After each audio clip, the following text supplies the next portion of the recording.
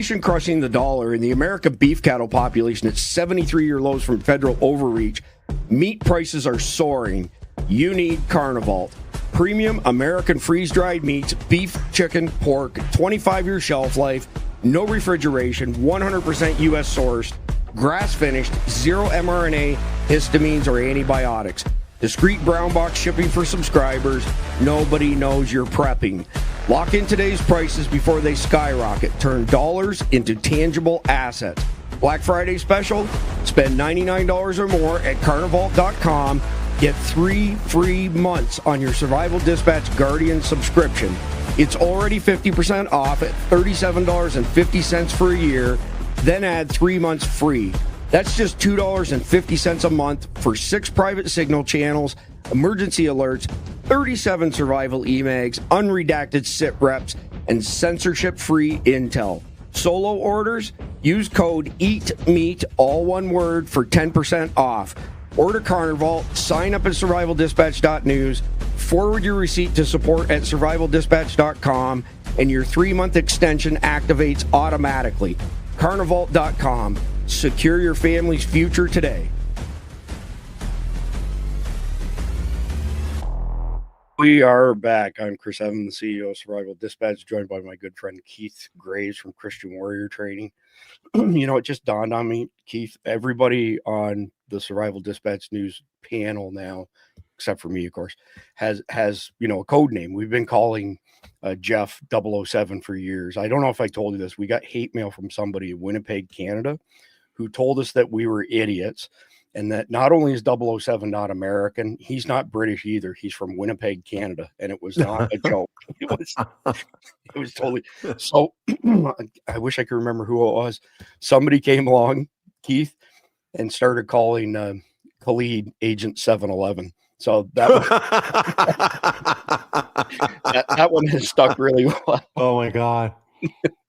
So never a dull moment, of course. Oh, that's funny. Survival Dispatch. So it's funny. What did you tell me about working during Thanksgiving during your 30-year law career? Yeah, worked every holiday as a cop. Never was home, and then here I am finally living everybody's dream to be a YouTuber, right?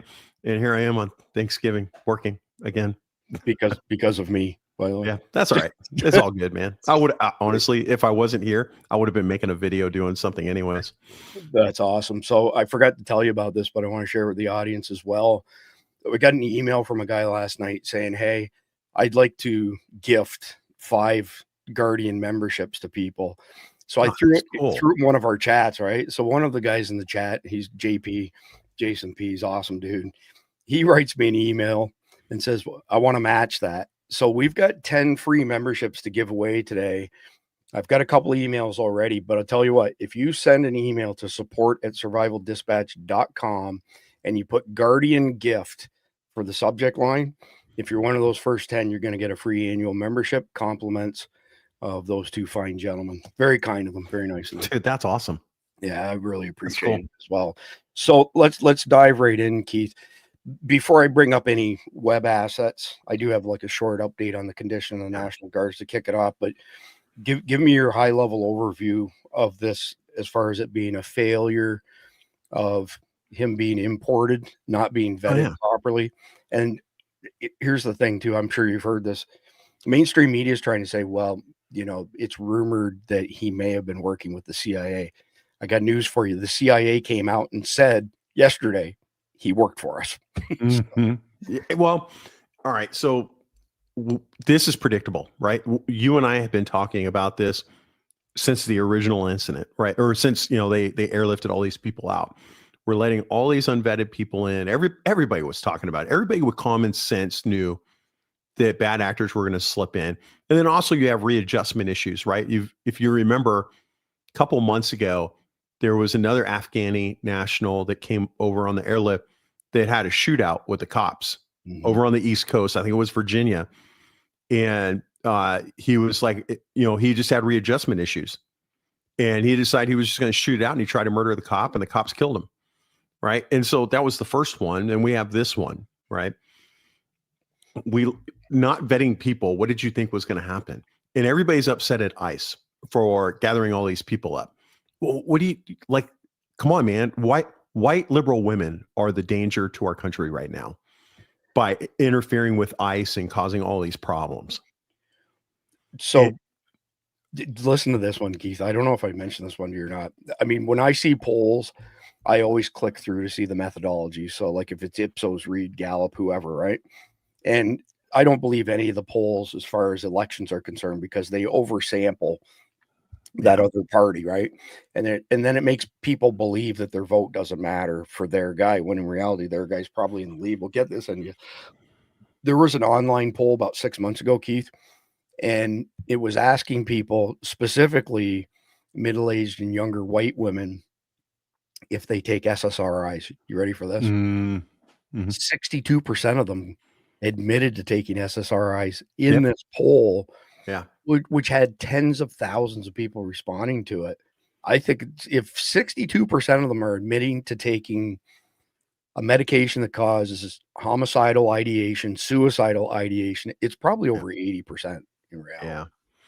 You know, like when we look at this guy, a vetting process could have kept him out because we have good people, right? Like, all right, so let's look at the Christian side of things and then just the good, you know, being a good like government steward, right? We're supposed to help the homeless and the needy, okay? But we're also to be told to be wise as, you know, what was it? Wise as serpents, gentle as doves, right?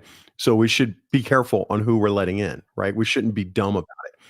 And then when you look at the government side of things, look, there were people that took care of us and saved our lives, and we should take care of them, right? Like some of the interpreters and some of the other people I've met. I got a really good friend. There was a ANA, Afghan National Army soldier. Super good dude. Has great stories. He talks like you and I, and did a ton to help us. I got another friend that was a interpreter. She was Croatian during the split up of the Baltics, and she interpreted for the U.S. Army. We go to this event every year. Every time they play they'll play the service song. So when they play the Army song, I stand up, and you know everybody in the crowd stands up. If you're Army, she'll stand next to me every time. You know, and there's that pride, right? And she didn't even emigrate to the United States, but when she goes to this conference, she'll stand up for the U.S. Army, you know, because she identifies as like, she's like, I feel like I'm one of you. Right on.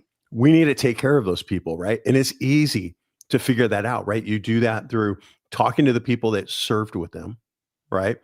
You know, talking to the soldiers that serve with that specific person. It's not hard. It's almost like a basic criminal investigation. Like if somebody broke into your house, you talk to the neighbors. Did you see anything? Can I get some video? Can you tell me what's going on?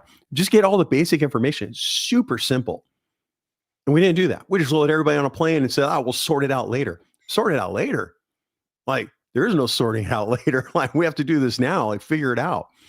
And it's just, this is the people that you're seeing. You also have the people that you don't know that came across the southern border and the northern border, right? That are coming across our borders. Nobody's checking on these people. They just, I don't know if you remember the video of the Chinese nationals coming across, and we just checked them in. Like Border Patrol just sat there and checked them in. And we had a record number of suicides with Border Patrol agents. And it's because you're not letting them do their jobs, and they're torn because they're here to protect the country. They're here to protect the country, and they know I trained Border Patrol.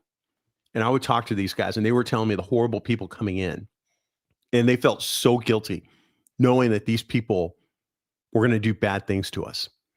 And now it's happening, and everybody acts surprised, like, what? Like, oh my gosh. So J.J. Carroll, did 24 years. He was a special agent, CBP. I don't know if you know this or not. He's gone to ICE now at 56 years old. Oh, he took the bonus and went back. Good for him, man. Dude, yeah. A ton of my friends have done that. A lot of my friends have gone to ICE that have retired. They hit me up, but I'm not doing that. I'm done. Yeah, no, at our age, I get it for sure. But he's the exact same age as you and me. And he just felt like he owed his country more. But while the whole invasion was happening that you just mentioned was so hard on CBP officers, guys who worked underneath him were calling him multiple times each day saying, hey, I've got this guy here and I know he has ties to whatever. Mm-hmm. and they're telling me I got to let the guy in. And I don't want to let the guy in. And JJ said, well, you have to make a choice then between your paycheck and your pension, or, whether you let the guys in or not. And that's why he walked away. He would have stayed on for a few more years. He's still got a full pension, but it's let's go back to depolicing. They made our lives so miserable doing our job that guys are just like, well, I'm just going to quit. And now they're hiring just a bunch of morons for the most part, except for ICE. They're doing really good. They're getting good people right now with that bonus. But hey, this is Florida, right? We have Acorn Cop. We got you all beat. Acorn Cop. Oh my God, dude. I know, man. Like, it's getting so bad. But like, go back. Like, I can remember it had to have been 25 years ago. I was on patrol and I saw this bumper sticker, and it was like in the shape of an AK with some like jihadi writing, or like Arabic writing. And I'm like, man, I don't know what this is. This looks like terrorist stuff, right? And I pull him over, and for like no mud on the mud flaps. I don't know.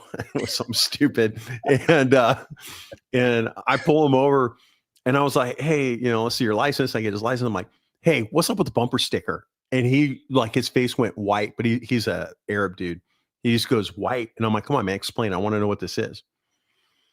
And he's like, oh, it's just a support sticker. And I'm like, what do you support? And he like made up some Arabic organization helping Arabic refugees. And I run him out, no hits, no nothing. But it was pre 9/11, so it was more than 25 years ago. I called up a friend at FBI, and I was like, bro, like, I took a Polaroid. So I'll tell you how long ago I got this Polaroid, the sticker and the van and the guy, come on out. He comes out and he looks at it and he's like, bro, that's a Hezbollah sticker. It's like blah, blah, blah, Hezbollah. And he called me back. He kept they couldn't keep me up to date the whole time because it's just, like, secret investigation. I'm just not read in. But it turned out it went places. He's like, hey, that was a good stop. It went places. And I'm like, cool. All I need to know, man. That's awesome. I mean, but that stuff's everywhere though, right? These people are everywhere. And we're hindering our cops from taking care of business, from stop. Like, I'll give you an example. I stop an illegal alien. Like, I know this guy's illegal. Well, I'm a state cop. I have no authority. That's a federal law violation. Right. I can't take them. I can't enforce federal law. Feds can't enforce state law. And so I have to let them go. And like, that makes me sick. I've stopped tens of thousands of illegal aliens. My entire north side of my city was illegal aliens. We fixed that here in Florida a couple of years ago. So state troopers are all read in and can arrest illegals and hand them over to ICE. So we've been leading the way on a number of things here in Florida. Good things for a change. Dude, in California, they made it a crime. If I assisted ICE, I remember I was in narcotics when that happened. I was a narcotics supervisor, and we were working a human trafficking case, and we had ICE in there because they were bringing them in from China and putting them in massage parlors as prostitutes. And I don't have the resources. This place is going all over the state, right? We're tracking people to LA, into other states, and we need them. Well, they would show up with like cash to pay for everything. Mm-hmm. And then they would show up with like 15 agents. And then like, we're going to follow somebody down south. And they're like, oh, we'll put a helicopter on them. Well, I don't have those resources. They do, right? Overnight, that law passed. I had to call them and tell them we're out. It's an arrestable offense for me to assist you. So, I mean, that's quite obviously purposeful damage to our country. Oh yeah, totally. Yes, they're trying to destroy our country, 100%. Well, I would say, angry. Yeah, well, I'm getting there. My watch will be going off any second here, saying I have a irregular abnormally high heartbeat. But when you were discussing, this particular guy not being vetted properly, others not being vetted properly after the 2021 debacle, that was on purpose. That was just further sabotage to our country. We had a conversation on this on Survival Dispatch News last night, so I won't repeat the whole thing. But how long have I been saying we're the firewall between globalism and freedom? I mean, we're really the only armed populace. I don't know if I told this. So I was in Nashville-istan last week. I know I told you that. And I haven't heard it called that yet. I tell you what, the last it's true though. I've been there. I had one white guy for an Uber driver. The rest were all from somewhere that ends in Stan. Yeah. And the last one who drove me to the airport, get this in you, Keith, he says, yeah, I've been here for 6 years as a refugee. It's really, really hard because my wife and kids are still in Albania. And I said, well, how come they're not with you if you're here as a refugee? Well, I have to wait for the government to give them their refugee status. And I was like, oh my God, pilot high, so full of shit, Yeah. Yeah. But I don't know if I told you this part though, before we get into this guy from yesterday. So I finally get to this huge studio in Nashville, Skyway Studios. It looks like you're coming into MGM in Hollywood sort of thing, right? And it's razor wire, armed guards everywhere. There had to be at least 1,000 cars in the parking lot. It was a huge facility. So because the first Uber missed me, we were running late, and there's a guy standing in the back, waving like this for us to come that direction. So my driver takes me there. I get out of the car. 2 Russian guys, one of them like 6'6", hands me an envelope full of cash. And so, they were paying us, our travel expenses and stipends and blah, blah, blah. It wasn't a massive amount of money, but it was 4 figures. So it was okay. Oh, that's all right. I'll take it. So we had this really good session at the studio and stuff. And lo and behold, we find out, Keith, these 2 Russian guys who are very wealthy were financing this because they want to save America, American culture, American Christian culture in particular. And it took me a little bit kind of process everything as to, why they would be doing that. But I think it's pretty obvious. They're the second largest Christian nation in the world. The globalists have been trying to take Russia out for the past however many years, especially with the Ukraine proxy war. You take America out, Russia falls tomorrow. It's that simple. Because once we're out of the picture, who's going to stop them? So anyway, it's certainly attack on Christianity. I wanted to make a couple quick points that I just jotted down while you were talking there. Mike Glover served with a guy in Afghanistan whose Omar was his name, and they ran a bunch of ops together. They killed bad guys together, all that stuff. And he said the same thing you said with regards to that girl. And there's good and bad people in all walks of life, for sure. Totally. The other thing is, when you mentioned the Chinese, that many people probably don't know because we don't live in a communist country. You don't just up and decide, I'm going to leave China today. No. You can't even wake up one day and say, I think I'll book a holiday in Europe and just leave China. The CCP, strictly control who goes in and out of their country. Those 30,000+ that came over that we know for sure were Chinese citizens. It's probably higher than that. That's what we know.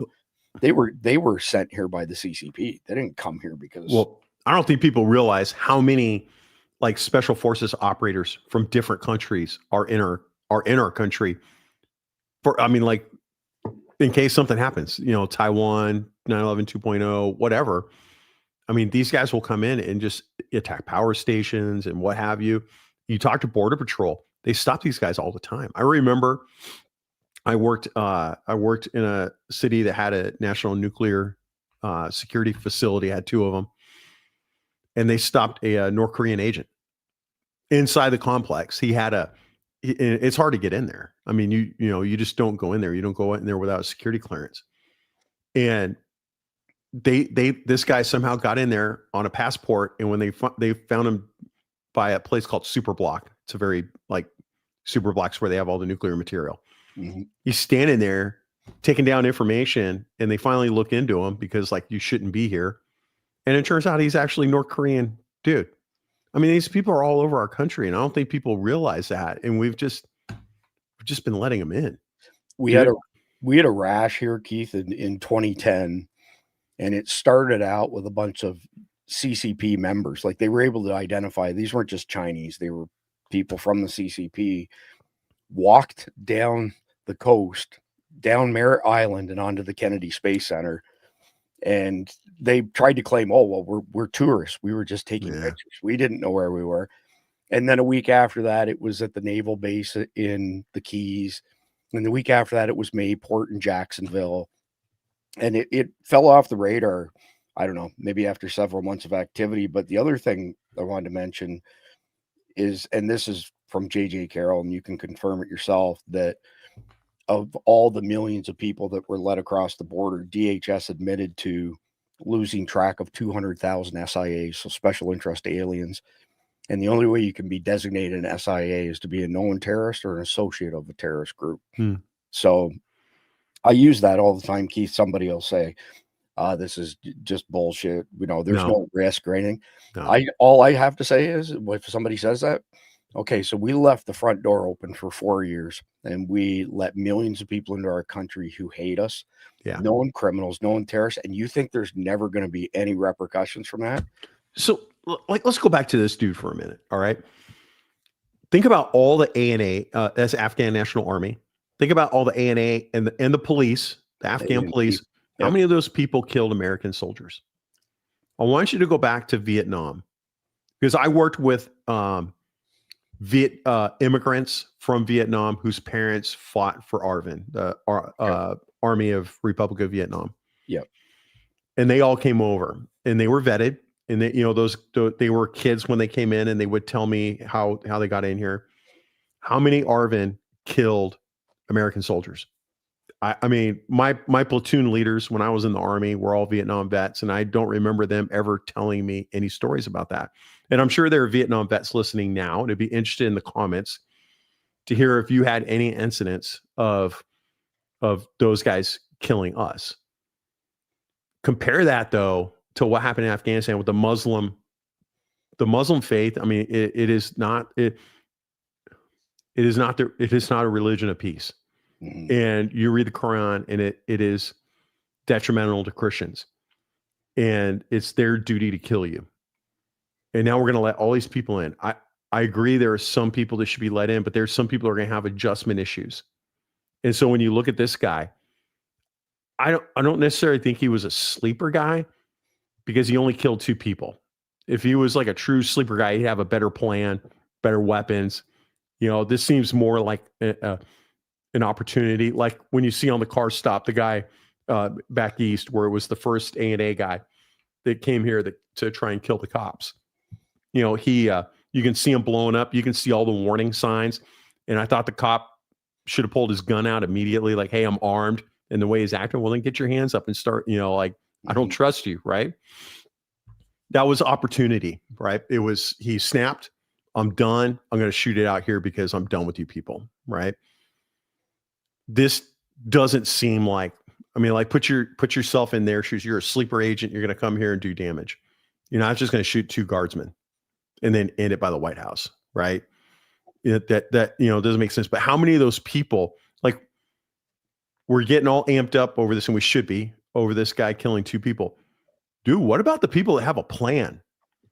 Like, they got a plan. They're going to go get an AK, some explosives, because people don't realize stuff goes both ways on the border, right? Like, people are all worried about, like, oh, there's all this, guns from America going to Mexico. Well, let's talk about the C4 grenades and the law rockets that are coming up here from the other side, right? Man pads. Yep. Oh, the impact. Yep. And that, that's the stuff we know. I can tell you, I've recovered claim as a city cop, claymores, grenades, and it's like, it wasn't stolen from the Army, right? Like, we would, obviously EOD would take it, and then there would be an investigation where it came from. And I'm sure those serial numbers came back to Mexico, Central America, something like that, right? And the guys that have a plan, though, do you know the damage they're going to do to us? And people are just like, oh, I don't feel like carrying today, or I'm going to carry this little gun because it's summertime, and like, whatever. You know what? It ain't a fashion show. I know this is the Mantis Titan X. Use my affiliate link, not his. No. But I try every day. I take a whirl with this, and this is what I carry when I go in service, and I go wherever, and I wear stuff to conceal this, because if it happens around me, this is what I want. And training cops for decades, I'd always, like, during the class, I would say, how many of you have been in an officer involved shooting? And it depends on where you're at. Like, you go to Southern California, it's half the class. Northern California, a quarter, right? Go, like, to a rural area, it's nobody. It just depends on where you're at, right? But I say, raise your hand.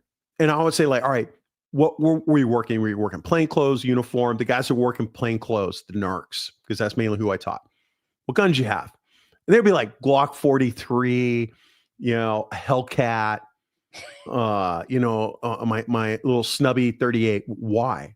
Well, because, you know, I'm undercover and I can't dress appropriately, right? And it's like, what do you wish you had? I wish I had a Glock 20, 10 millimeter with 2 mags. Or or like, what do you carry now? And literally, this dude, he is a skinny little Asian dude. He's from Cambodia. He stands up and he pulls out what's the Glock 34, right? With an optic and a light and an extended mag that he's concealing appendix, and he's got 2 mags, and you couldn't even tell that he had it, right? And he's like, I ain't gonna be caught slipping again, right? And I'm like, damn, dude, good job. You're just in class carrying that, right? Your balls have to hurt, right? You know, that thing crushing you, right? Right. But like, you got to learn from these people that people that have no experience. They've never been in a gunfight. They've never known anybody to be in a gunfight. They, you know, have a regular job. God bless you, because like you're living the dream, not having to have all that trauma. Okay. But then they go, well, you're wrong. My Hellcat's just fine. Well, I'm telling you, it's not. You know, I'm telling, like, you got to listen to the people who are getting in gunfights, right? You know, and, you know, it's like, I'm not like a multiple gunfight guy, but like I am training these guys and they're coming back and reporting to me, and I'm taking that data and I'm learning from it. And when 9/11 2.0 happens and you're with your family and you pull out, you talk to anybody that has had a little tiny gun when stuff hits the fan. Every single one of them regrets it. And when you ask them what they're carrying now, it is always a bigger gun. I have not had one guy yet that is not carrying a bigger gun. Yeah, I totally agree. I like wearing the Under Armour style shirts that have pockets under both armpits. Oh, yeah? Mm-hmm.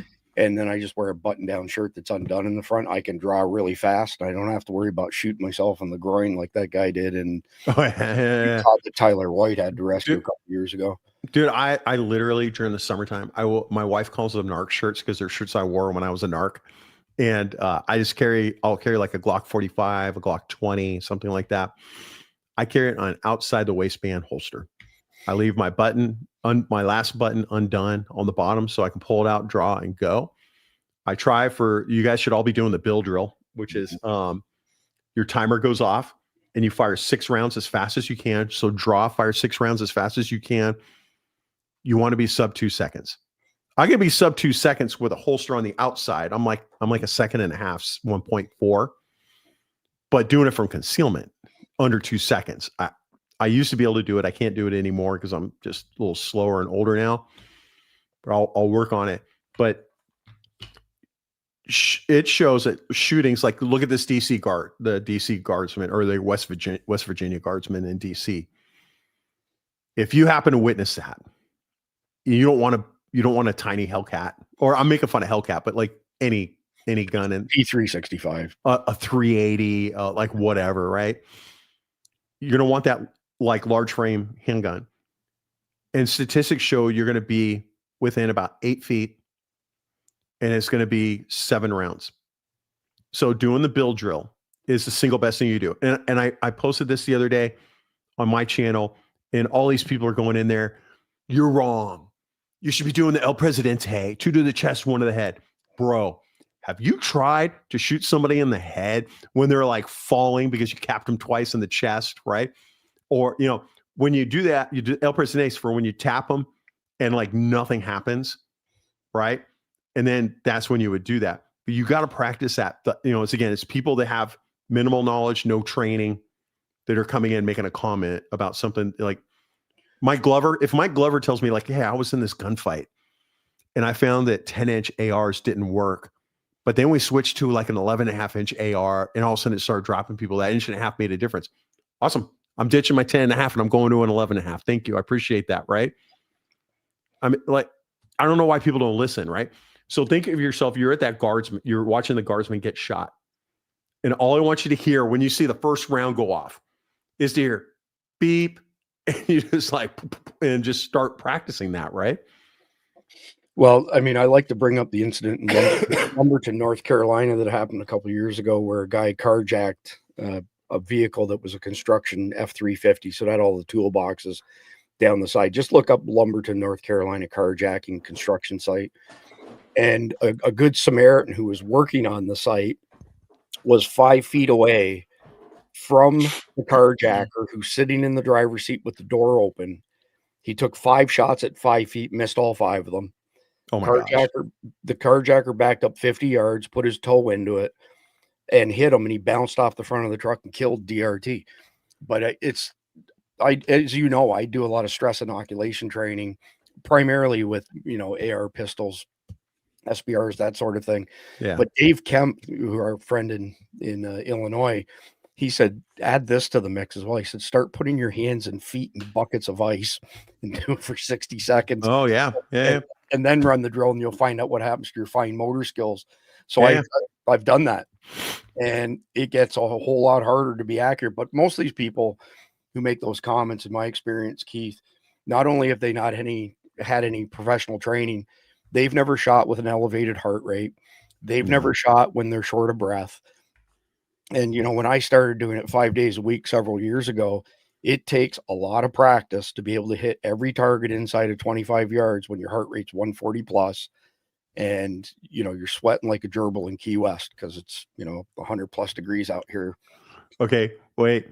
There's the comment in YouTube from it's pair round 82-15 stormtrooper aim on your gun. Sorry, that was funny. That's good. So let me pull up some of the stuff we've got. We can show what we actually do know, and I'll get you on the other stage here, Keith. All right, there we go. So first and foremost, I have spoken out against Pam Bondi right from the get-go. She was our AG here in Florida. She's the reason we have red flag laws in Florida, 100%.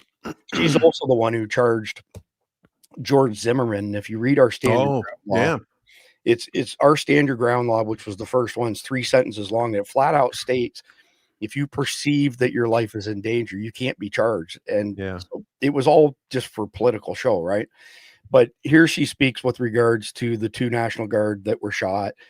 And so they made it through surgery, and they're with their families in the hospital. It looks like they're both going to live. 19-second video. Well, hold on a second. Families. Sorry, go ahead. Oh, I just want to comment. I always hear like, oh, they're going to live. But we just need a comment. Their life is going to suck. Like they're not going to be the same. And then now they got to deal with the VA. Sorry, I just want to comment on that. Go ahead, buddy. Yep, for sure. Let me just back this up a little bit. It's short. People's families who are going through this. Right now, we will base our charges based on their prognosis. They both came through surgery. I'm not going to talk about their conditions right now. I know their families are with them. I'd like to add something about the young woman. So that's basically the end of it. So you're right, Keith. Their life will never be the same again, but they're still on the right side of the dirt, and which is a good thing. And I won't harp on too much about her, but I do want to bring up Sarah's recollection of this. If you want to say something midstream, just cut me off. But all right, it's a fairly decent length of a post. So Sarah Adams, who is DC terrorist, Rahmanullah Lakanwal. Lakanwal from Khost Province, Afghanistan, was a member of 2 CIA supported units that operated under the National Directorate of Security, NDS, of the former Afghan Republic. Although these units belong to the NDS on paper, pardon me, their support and direction came directly from the Central Intelligence Agency. He served in Unit 01, a special military intelligence unit responsible for the Central Zone provinces, Kabul, Parwan, Wardak, and Logar. His agency training in 2007 took place at CIA's Eagle Base near Day Sabz district of Kabul province, a few miles from Hamid Karzai International Airport. Eagle Camp, originally built on an old brick factory site, became one of the CIA's most important counterterrorism training centers in the early 2000s. It trained the CIA-backed NDS units, including NDS 01, 02, 03, 04, NDS KPF, and NDS KSF, and also housed an ammunition depot, multiple facilities for sensitive operations. When U.S. forces left Afghanistan in 2021, Eagle Camp was among the final sites to be evacuated and demolished. It was later handed over to the Haqqani Network's Suicide Bomber Brigade, the Badri 313. Badri 313 moved the suicide bombers through the gate areas of HKIA, the airport, for the Abbey Gate attack that killed 13 of our service members and approximately 170 Afghans on August 26, 2021. After completing training at Eagle Base, Lakanwal was transferred to the team supporting CIA's Kandahar base. The site had a long militant history.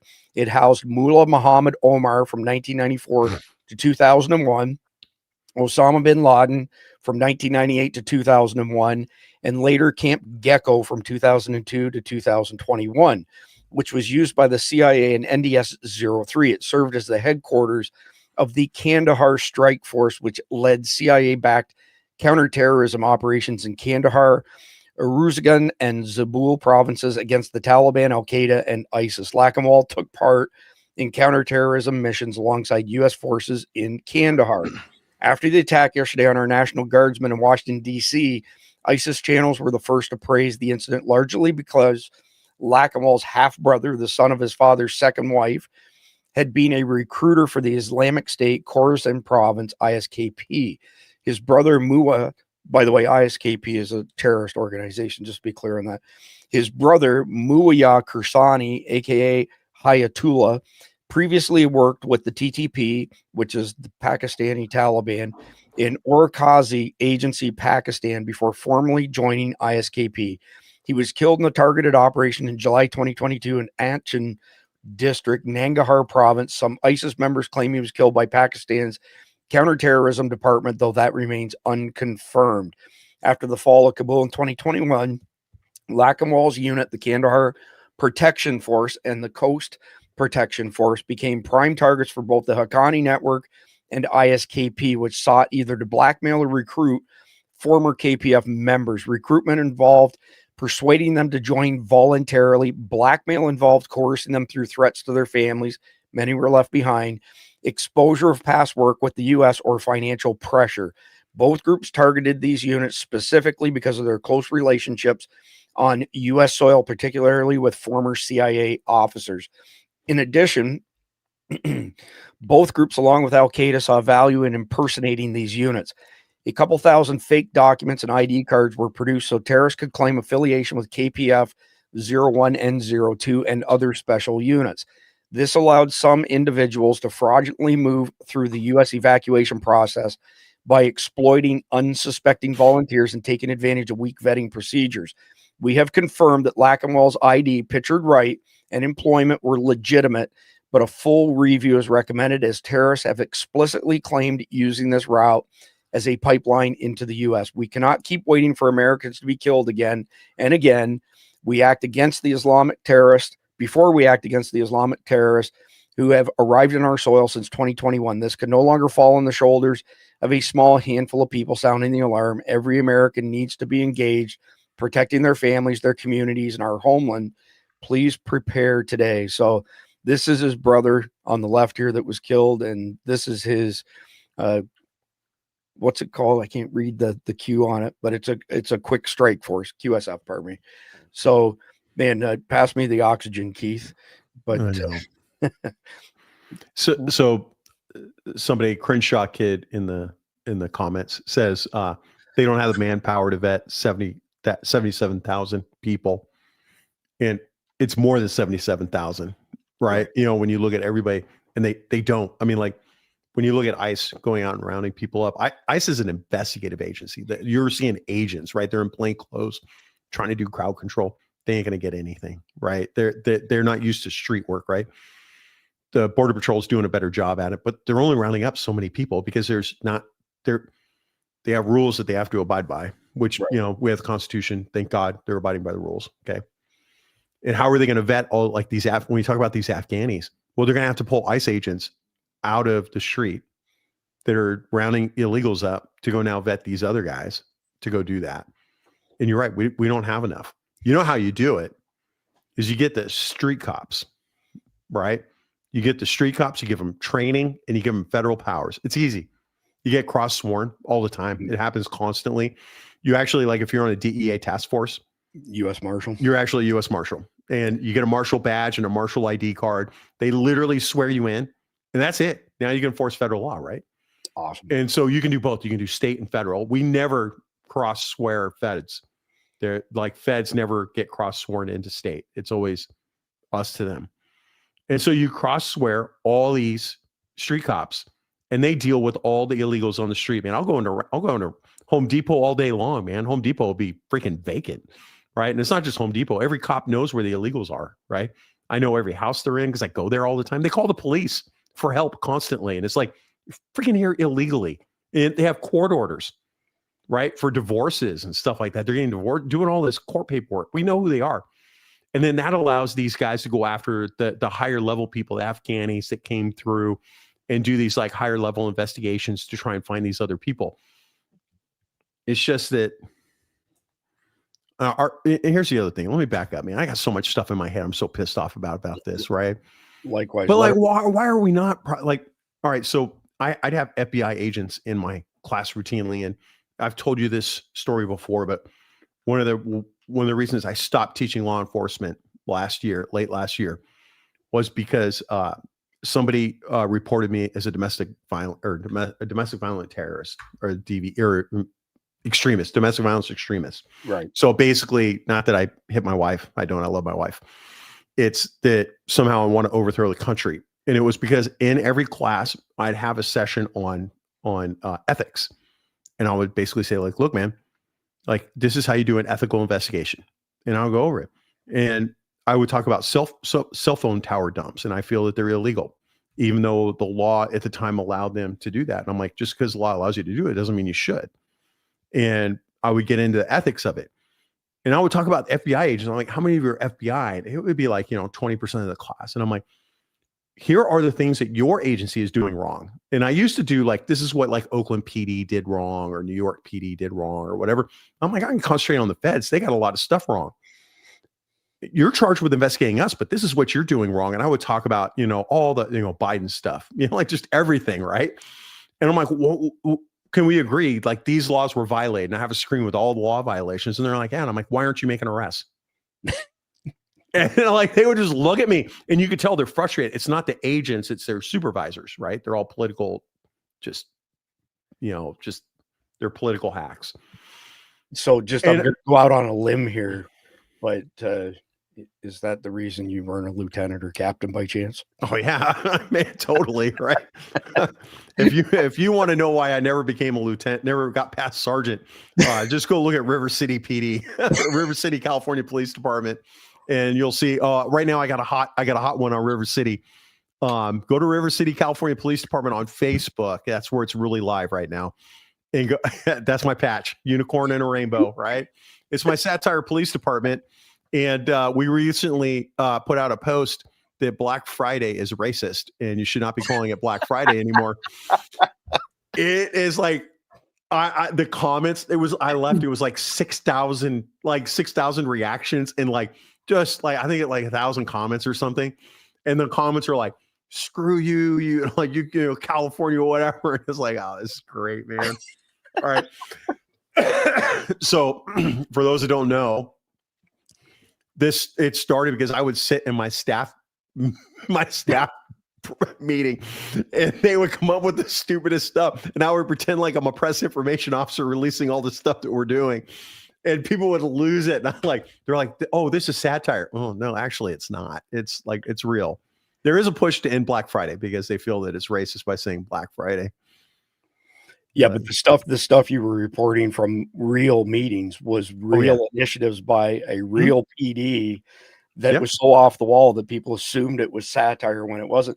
Just so the audience knows, Keith didn't tell anybody that he was chief sheriff from the River City Police for years, and he's traveling around the country training other cops, and it would come up, man, that guy from River City Police, that guy's friggin' hilarious. And Keith's like, yeah, that's me.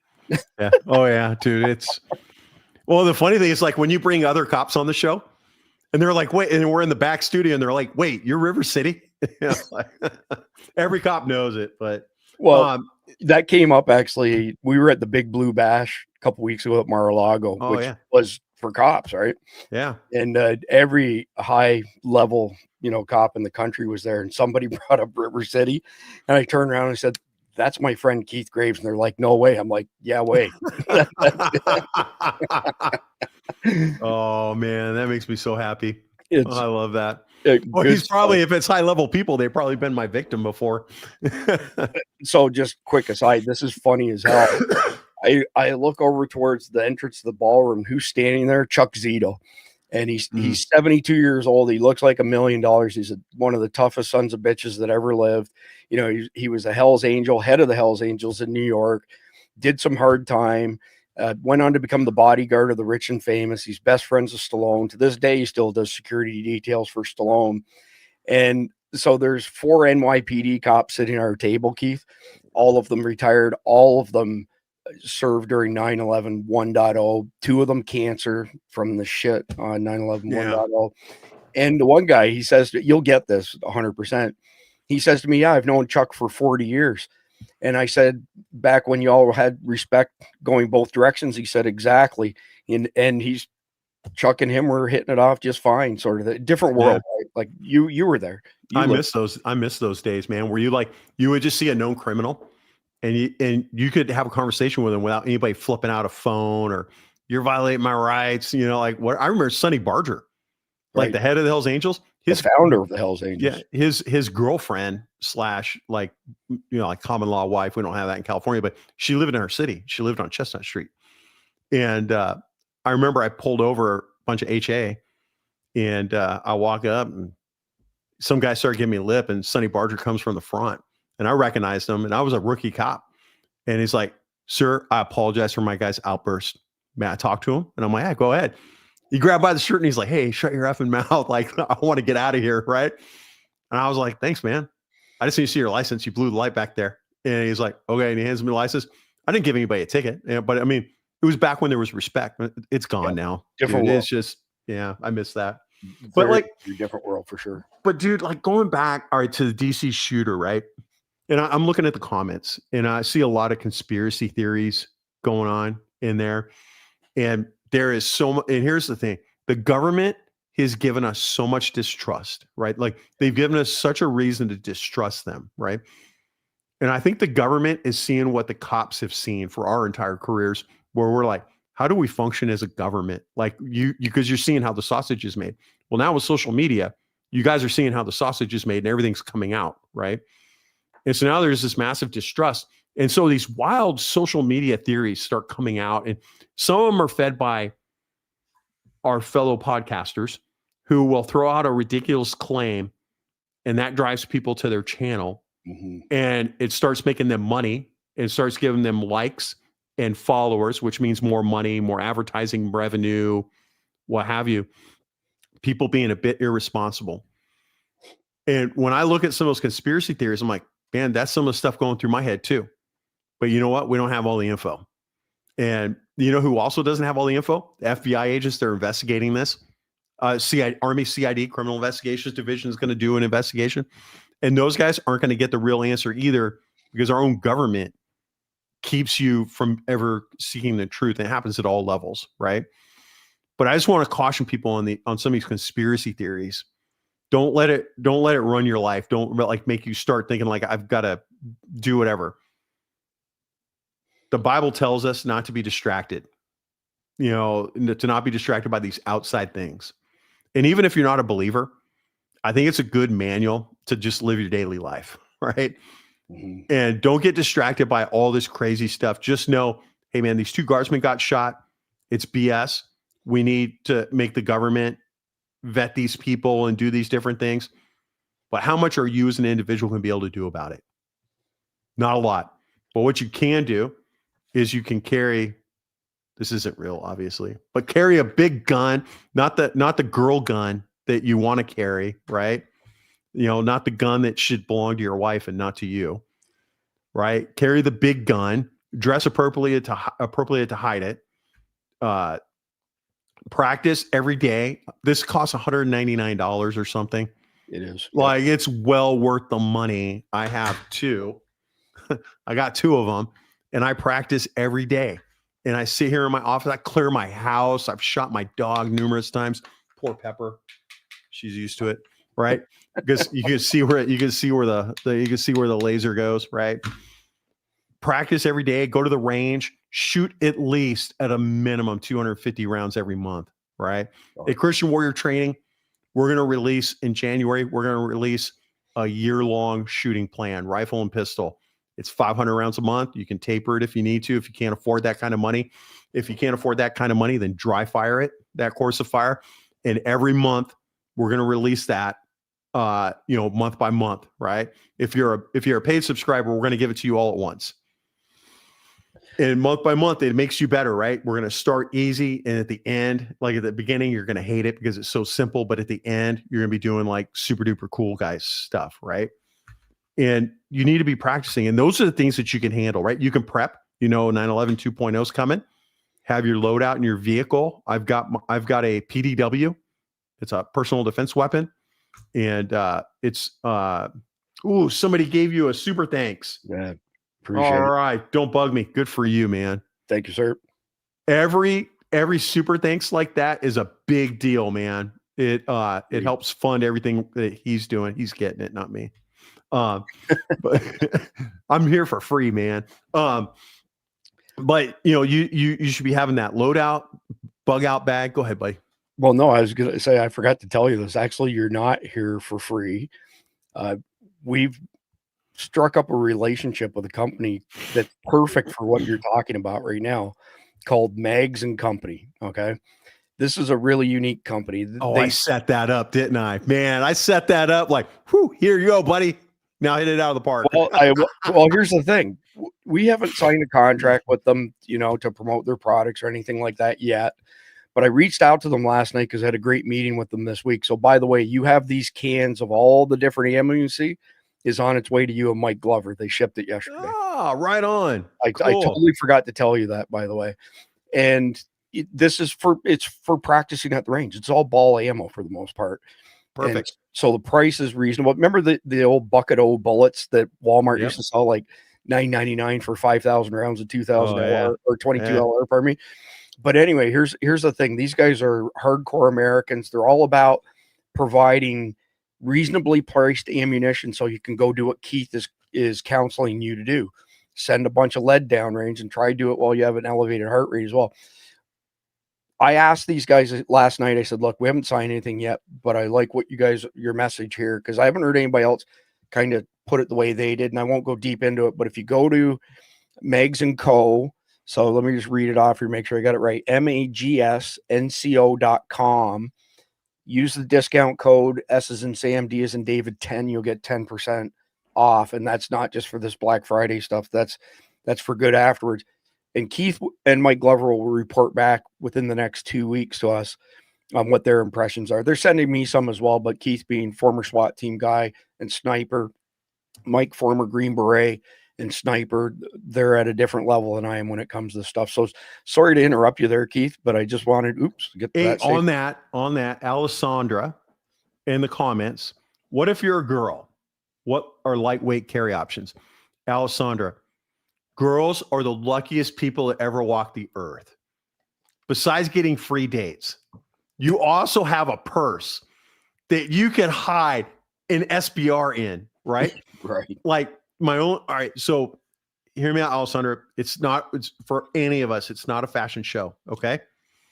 We have to carry something that's going to defend everybody.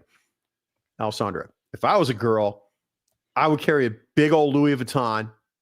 And in that Louis Vuitton would be a Glock 34, which is longer than this. I would have it in a holster, right? So go buy a in the waistband, like a in a waistband holster, and then put that in your purse. And then, I mean, honestly, girls have their hands in their purse all the time. You could have a bad person walking up on you, have your hand on your gun in the purse, and you could like pull it out and like have it in your purse, ready to shoot through the purse if you needed to. It would suck losing your Louis Vuitton, but you know what I mean, right? And then you'd be good to go. And I'm telling you, girls have the best options, plain and simple. It's off-body carry, okay? But I got to tell you, I have started off-body carrying because I am carrying an even larger handgun now. Now, wintertime, a little bit easier because I can just wear a jacket. But I'm probably going to do A Louis Vuitton purse is a target for theft. Awesome. It's like a magnet to bring my magic day. Oh my God. Like, love DIY 911. I personally want to bring the attention. Okay. But you're right. Go like a canvas sack purse or whatever. It is a target for theft. You're right.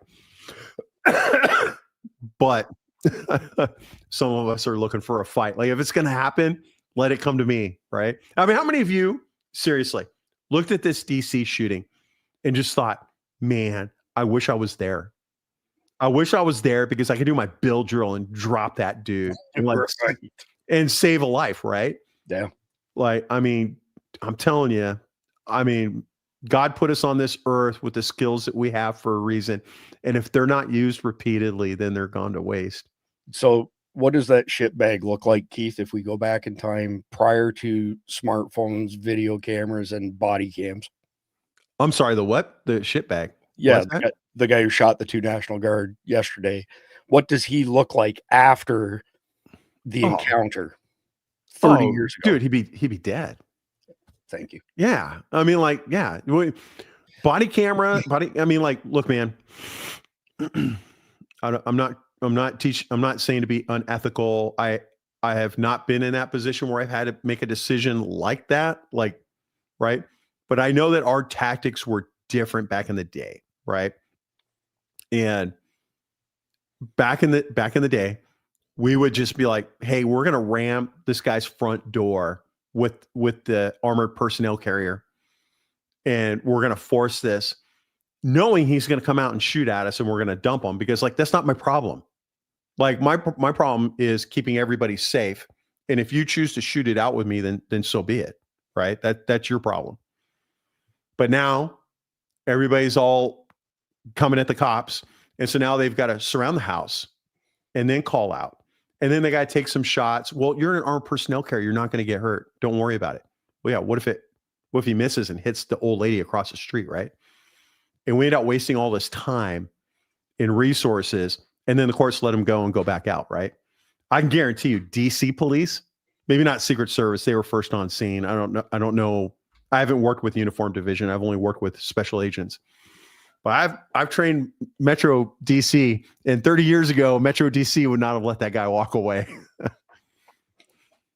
Which, I mean, not everything gets better with time, right? Yeah. I mean, like, police deserve to be scrutinized 100%. Right. And, I do think, police need to be, kept in check. But I think we're just being silly about it right now. We're just being stupid, and we're keeping them from doing their job. Well, I would say within reason. So I think of, even though he wasn't an on-duty cop, he was a Marine, Daniel, what was his name, Penny, in New York City on the subway. Yeah. That is the chilling effect that's happened to our law enforcement and masculine men in this world, that you get jacked up when you did the right thing. And there's a guy in my county being prosecuted, a cop being prosecuted for murder. He's a 49-year-old cop. He's a few months away from being eligible for retirement. Whether he's going to do it or not doesn't matter. He gets a call in a Walmart of a man charging and hitting and bludgeoning people with a baseball bat. Okay. The cop rolls up, gets in there. A cop is white. Suspect is African-American. This is in Alameda County, which is Oakland and Berkeley, for those of you that don't know, across the bay from San Francisco. The cop identifies himself, get on the ground. Suspect starts charging him with a baseball bat. 30 years ago, we'd shoot him. We're done. Okay. This cop pulls out his taser and tases him. Taser fails. He sweeps the probes. Okay. It fails. And he strikes at him with the baseball bat, misses. The cop is retreating. So now he's less lethal. He's retreating. And he's about to get hit again. And he fires and kills the suspect. They are charging him with murder. Okay. They're charging him with murder. And when you read the probable cause declaration, which you can look online, it's San Leandro Police Department. Okay. I would not have personally, I think there's other things I could have done, but he's not wrong. Okay. That's what he chose to do. I wouldn't have shot him. I would have done other things, but whatever, man. It doesn't matter. He was right. Okay. So in the probable cause declaration, they said the reason for the charging with murder is because he should have waited for backup. So he's bludgeoning people in the store and he's supposed to wait for somebody so he doesn't have to kill the guy, right? And so what they just told every cop over, I think there's something like, there's over 2,000 cops in that county, okay? They just told 2,000 plus cops stop working. Woo, wow. Alaska Forever North. Thank you, man. That's awesome. Wow. Woohoo. That's awesome. No, thank you, Alaska Forever. Oh, I was going to say, lunch is on Alaska Forever North when we're at SHOT Show together. Thank you. Thank you very much. But very nice. I think we need to learn from this, right? Like people are like, oh, well, that's California. It's easily explainable. Well, I'm sorry, man. That stuff's happening in Nebraska. That stuff is happening in red states. Nebraska is reddest of the red. I don't think they have any blue counties. Even Idaho, we have one blue county, just one. And it's where all the Californians, the movie stars from California live, right? And look, like we need to stand up where we can. We need to support. Somebody in the comments said we need to watch our cops when they're out doing their job. And I just want to make a comment. I watched some chick in her Lululemons at a Home Depot trying to interfere with ICE and just getting up in their stuff. And it's like, girl, like, take your Lululemon butt out of here, right? If you're a regular person, you can go up to that person and start yelling at them. And the cops won't do anything because it's freedom of speech, okay? Regular people need to interfere with those people and get in their face. And the cops will love you. Trust me, right? I remember I was at a Black Lives Matter protest in Boise. And they were yelling. This lady was just white woman was yelling, liberal white woman yelling at the cops. And they're just standing on line, just taking it. And I walk up and I just start, I call it the B word, which God forgive me. I'm sorry. I lost my cool. And I was like, go home to your cats. They miss you. Go make your cats a sandwich because I know you don't got no man at home. And I just was like, just berating her. And the cops were like, they got all the riot gear with their sticks. And I could see them going, they're trying not to laugh, right? I've been waiting my whole career to do this, right? This poor lady had like decades of PTSD thrown at her. She starts crying and she rides off crying and goes back home, right? And I look at the guys. I'm like, have a good day, guys. All right. And I walk away. The next day, I get a Facebook friend request from this person. I'm like, I don't know who this is. And I look at it. Bro, it's one of the cops that I saw online. I knew they were like, oh yeah, that's Keith Graves, man. And he like it's just like, I'm following that guy, man. We can be friends. Right. But like get up in their crap and just start counter protesting these, like the MAGA. Like, come on, man. I'm disappointed that we have not all gotten together and gone to Chicago, gone to Portland. I know you gone to Portland a little bit, right? But it's up to us. It's not, if the Proud Boys go or Patriot Front or these other groups, look, man, you lose the message. Yeah. It needs to be people like you and I, okay? Like normal people that don't belong to any of those groups, by the way, because you're probably on a list already, but you're definitely going to be on a list after that, right? Sure. Just go with your friends and start interfering with these people. Don't be violent. Like, I'm definitely not asking you to be violent, but how they're yelling at ICE, yell at them. Like, don't challenge them to fight. That's a crime, okay? Don't touch them. You can defend yourself. But start doing like my strategy of like, hey, go make your man a sandwich. like that always works, man. Go like, your cats miss you. Why are you here? Right. And just like make a joke out of it. And it's hilarious, man. Like I brought a bunch of cops out to that BLM thing and we were all having the times of our lives. And there was nothing they can do because we were having so much fun doing it. They're just like, well, I'm going to beat your ass. I'm like, oh, you ain't going to beat nothing, man. Look at you. Look at your arms, man. Like, you would make like just remarks back to them and it's hilarious. Yeah. So for those of you who don't know Keith as well as I do, he's a first-class bomb thrower. He excels at it. And there's never a dull moment when we're together at all. Oh my gosh. I want to back up just briefly to this guy in DC, and I've got a couple other things that we can share because I really only want to share the things that have been confirmed and not speculated. But I'm going to break that rule right now because I'm going to make a speculation before we get into the concrete stuff. this was either a lone wolf or a probe, in my opinion. It was one of the two. And so either he was radicalized from his time coming from Afghanistan and he had this plan all along and he just lost his shit, or it was a probe. And the reason that I suspect this may have been a probe is because of the proximity to the White House. So he was a couple blocks away from the White House when this happened. And anybody who's observing this event would know exactly where the cops came from, how long it took the cops to get there, what were the cops' orders to the public. In other words, where were they told to exfil the location? That you can learn, they can learn a lot from this type of activity. So that's just my personal opinion. I'm speculating on that. The rest of the stuff we're not going to speculate on, but I don't know. I'll just get your opinion on the potential that it was a probe. Keith, your thoughts on that? Yeah, all right. So I'm leaning more towards he just lost it and had enough, because I mean, it's, you only killed 2 people. I mean, if you were here to do something, I mean, there'd be a lot more than 2 dead people, right? Well, I just But play devil's advocate.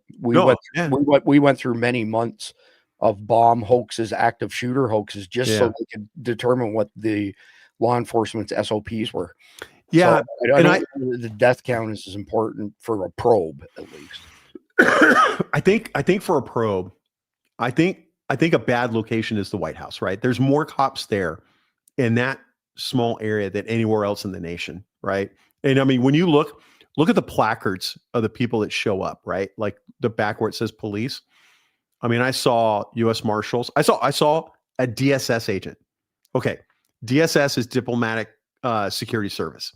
It's the cops for the State Department. And I was like, damn, even the State Department showed up. They have like no authority whatsoever. Like, I mean, they have federal authority, but like that's not their purview, right? And so I think it's dumb. Like for a probe, it doesn't make sense. I'd be questioning, like, why would you do that, right? Well, let me throw a couple other things in. No, go ahead. That to make part of your calculus here. Al Qaeda for years now, and to this day, one of their goals is they'd like to capture the White House. If they couldn't capture the White House, they would like to exact some element of terror on it.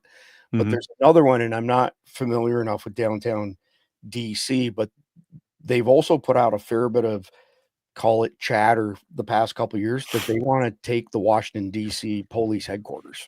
Oh, that'd be easy too. So yeah, taking a police headquarters to give you guys an idea.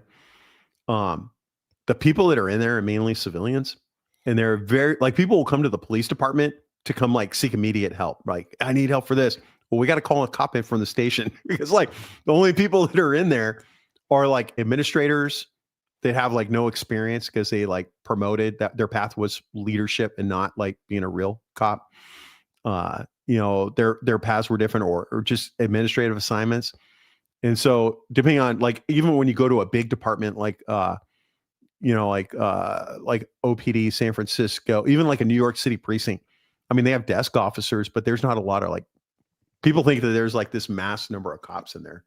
That'd be super easy. But hitting the White House, though, I mean, I agree. They have wanted to hit the White House, and Al Qaeda will repeatedly go back and hit their, like what they did with the Twin Towers, missed the first time, come back the second. And we know that they want the White House. I think it would be, I think we've learned our lesson enough that, the problem is the Secret Service doesn't have street experience, right? Like a street cop has dealt with a bunch. They have good intuition. They can really read people really well. I think Secret Service, the uniform division, kind of misses that a little bit. And you can see that in their response to the shooting. I was surprised. This part bugs me a little bit. I was surprised at the number of Secret Service agents that showed up to that shooting. And to me, it felt like they were being drawn away from the White House. And that bothers me a little bit because everybody knows, like, it's very common for, like, somebody wants to do a robbery. They'll call in a fake shooting across town that draws all the cops to the other side of town. Then they go do the bank robbery. Right. A common tactic, right?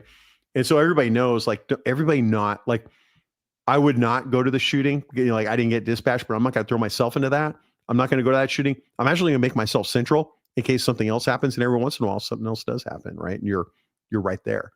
And to see the numbers of Secret Service agents that showed up, and I know they have a lot there, it kind of bothered me a little bit. I felt that they were taking their perimeter, and those are perimeter units that are showing up in rovers, but it's drawing it away from the White House. And I think that was kind of dumb. And I expect that you're going to see something from the Secret Service telling their guys like, hey, don't do that again.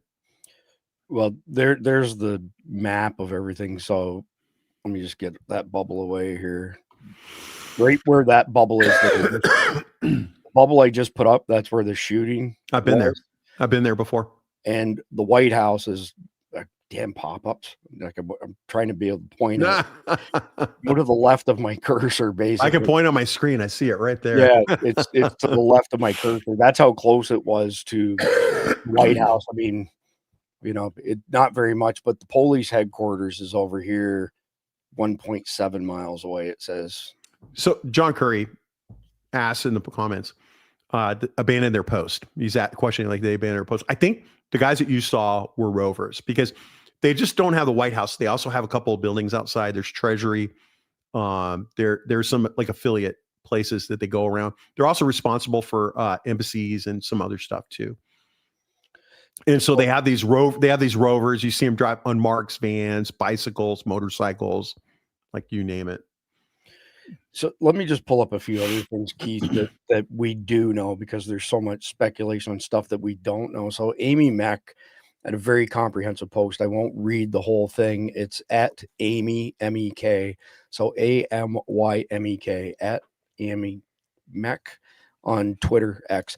So she says, the DC attack even more explosive than first reported. So, reported his name and stuff, but she added a little bit more that in addition to working alongside our troops and the CIA, that he was part of Afghan's elite commando corps. So that gives a little bit more information than what Sarah did in hers, but it sounds like he was in that unit for over a decade. So that's a long time to get really good, so to speak. Oh, yeah. Yeah. That's a lot of combat experience. If you're listening to legacy media and they're telling you he's allegedly worked with the CIA, again, yesterday, the CIA came out and said, yes, he was a CIA asset, period, sort of thing. So looking at the activity, though, that he was involved in: night raids, counterterror missions, targeted operations on Taliban and Al-Qaeda, intelligence-driven strikes outside the Afghan chain of command. Then she goes on to report on the government ties. So the reporting that he worked directly with CIA Director John Ratcliffe, former Ratcliffe. So we're talking at a high level. This guy wasn't just some peon at the bottom of the whole organization, right? Mm-hmm. And then we get the information that not only was he granted that special immigration visa, the SIV, but he has a wife and 5 sons. I didn't catch that from the legacy media. But his relatives hadn't heard from him in many months. And he also was an asylum seeker. So I don't know if that was before or after his visa expired, but technically he wasn't here legally. Another part too is that people who were close by, including other guardsmen, said that he was saying Allah Akbar while he was doing the attack. So that's a pretty good indicator of what his mindset was. Yeah. Kill the infidel. Yeah. So there's something to do with like the Google Trends data, that there was a spike in searches for his name before the attack. And that's really fishy. So yeah, that's interesting. And that's publicly accessible. You can go confirm that for yourself. Like I said, I kind of want to stick to what we know for sure. Yeah. The possibility of him this being a probe was the last of my speculation on this. But anyway, moving on from there there's a lot of questions people are asking, like how much was he trained by U.S. forces? How exactly was he tied to this covert CIA strike force? So a lot of people aren't aware of this, but the CIA actually have tactical units. And we've got a guy on the inside of Survival Dispatch who shall remain unnamed. That was his role. He actually led a small team in a tactical strike force for the CIA. So moving on from there, where are the rest of the guys that he came over with? What a great question right there. So where are the rest of the QSF, KSF members who entered the U.S. under the same SIV pipeline? Who approved them? Who vetted them? Who's tracking them now? So it's like you said, Keith, we've got we don't just have terrorists in the country. We've got people that are at the level of operators, which. So Alaska Forever North, the person that was so gracious with helping us out, they asked for somebody that lost it. It's interesting that they travel basically as far across the country as one could. And so I've dealt with a lot of people that have lost it, right? And that's what you do on SWAT. All you're doing on SWAT is somebody's lost it. And we were by that National Nuclear Facility, and we had people travel across the country to come make a show because, for whatever reason, that's what their psychosis brought them to, right? So this guy, without a doubt, has seen some really hairy stuff and has some issues going on. And so it is either he is part of a group that wanted to kill Americans, which I think with his level of experience, he could have done more than just 2 people. Okay. But I do see there are people I talked to. I trained a lot of Capitol Police, a lot of Secret Service agents, not so much Uniform Division, and others. And they all tell me, like, the crazy people all show up at the White House. All the crazy people always show up at the Capitol building. And they are dealing with these people that travel across the country. They've lost their shit. And now they have come to that place to go make a stand for whatever reason. That happens constantly. But I look at this guy's background. It's pretty phenomenal, right? And I have friends that have worked with these people. I have not, but I trained the guys that work with these people, and or at least did. And that dude has 10 years of combat. Yeah, and he only killed 2 people. Man, that doesn't make sense to me, right? And so if I'm an investigator, you want to find motive, right? That's one of the things you're doing is, like, you want to find the suspect, and then you're always working on motive. Why? Because everybody wants to know why, and you want to answer that question. I don't know if you're going to find, number one, they're not going to tell you the why. They're going to tell you something, but it's not the real why. It's the why that they're making up to give to you to make you happy and go away, which is part of the problem because it creates more distrust, right? But when I look at motive, it's like, yeah, man, I'm going to look at his device that he has, his all the electronic devices that he has. I'm going to dig through all that and figure out what contacts he has, what he's been doing on the internet, who he talked to, look at his credit card transactions, look at who I'm going to look at who he's called. I'm going all into that. Go ahead. No, I wasn't saying that. I just wanted to throw this up here that CUCV Farmer just said Laura Logan tweeted the Google search. Another content creator did a video on the Google searches. There was a spike in the alleged shooter's name 6 days before the shooting. Not just hours before, but 6 days. That's okay. I got to ask for Cuck V Farmer. Is that Cuck V like the old military vehicle Cuck V? Is that what it is? Because that's what we used to drive those when I was in the Army. Tell you how old I am. They were old. I can't remember, was it a Dodge or a Chevy diesel pickup truck that we have as like admin vehicles? Anyways. Let me pull up a couple more things here, Keith, just to touch on them. I'm not going to read this whole post. Yeah. It's a good legend. Post. Yeah, definitely good. But the first paragraph, something is wrong when American soldiers survive Taliban, Al-Qaeda, and ISIS-K attacks in Afghanistan only to be executed in broad daylight by one of their operatives in Washington, D.C. Yeah. Now, the 2 soldiers have gone through surgery. It sounds like they're going to survive. They were not executed or killed, but this was early on, and there was, not sure if you caught it, there was a lot of confusion because the governor of West Virginia, they're his National Guard members, he reported that they were both killed, and that was not correct information, and that spread like wildfire. And unfortunately, we ended up with a whole bunch of stuff that, just wasn't true. It's convoluted, this, but check this one out, Keith, and the timing is incredible. So this is Senator Slotkin, one of the seditious 6, and this is a post from, if you look at the bottom, September 6, 2022. Over the last few days, I've been retelling the story of how our team managed to get 14 Afghans safely out of Kabul last August. 114, pardon me. Today, I want to talk about what it was like to finally welcome them onto U.S. soil so they could begin their new lives.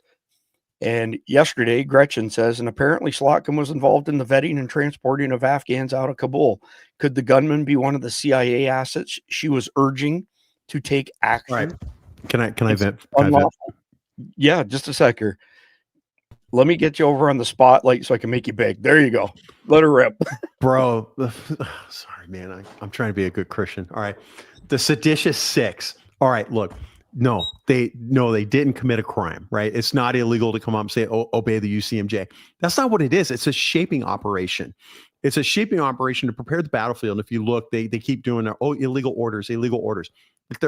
You're given an order and you have to accept it, until you can prove that it's a violation of the Constitution. Okay.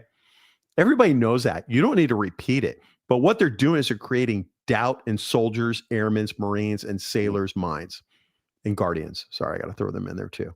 And it's creating doubt. It's all they're doing. They're doing it on purpose.